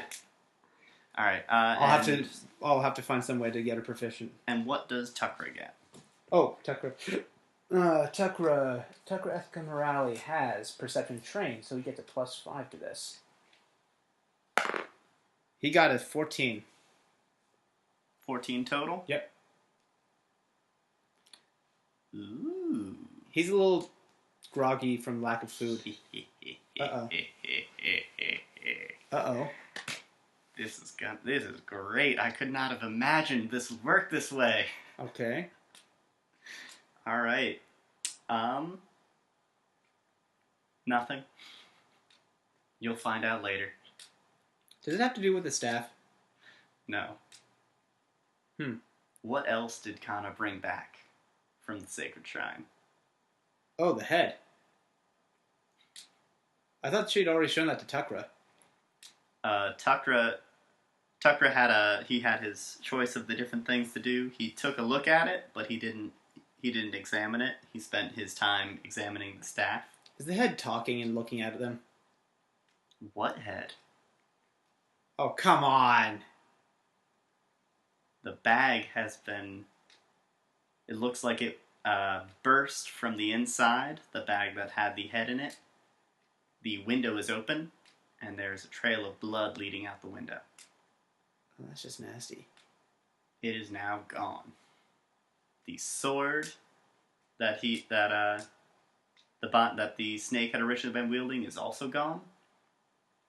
And nothing else seems to be missing. So you're just missing your head and a sword. Kaana's not happy about being duped by just a head. Or actually, you said that, okay, would they have actually noticed this, or is that just later on? Whenever they go up to their room is when they notice it. Got it. So, I mean, that might not even be until tonight. So they might think somebody came in and stole it. Probably not, considering none of the other valuables were missing. But something happened, and they're not quite sure what. All right, everyone. That is the end of Goblins Galore. Whew. That went so well. I'm so happy with how so many parts of that went. I am less happy, but I mean, that's because I lost loot. And I like the loot. Oh, but yeah. Also, story-wise, definitely that was very appealing. Oh, yeah. So it sounds like next time we're either... Tucker's probably... We have lots of options for next time. You have tons of stuff you can explore. Knowing Kaana, she's going to really emphasize the desire to go back to the shrine and figure out what's going on, especially if things are coming back from the dead and hopping around. Have you watched Samurai Jack Season 5 yet? Not yet, no. I still need to. Okay, because right now this is really reminding me of Scaramouche. Well, I like that it's something called Scaramouche, because that's an awesome name. That's it. He's one of Aku's assassins. And those who have seen it will know what I'm talking about. Those who haven't should watch Samurai Jack, because Samurai Jack is awesome. Agreed. All right, everyone. All right. Thank you again, and we will see you for the next one. Have a good night, y'all.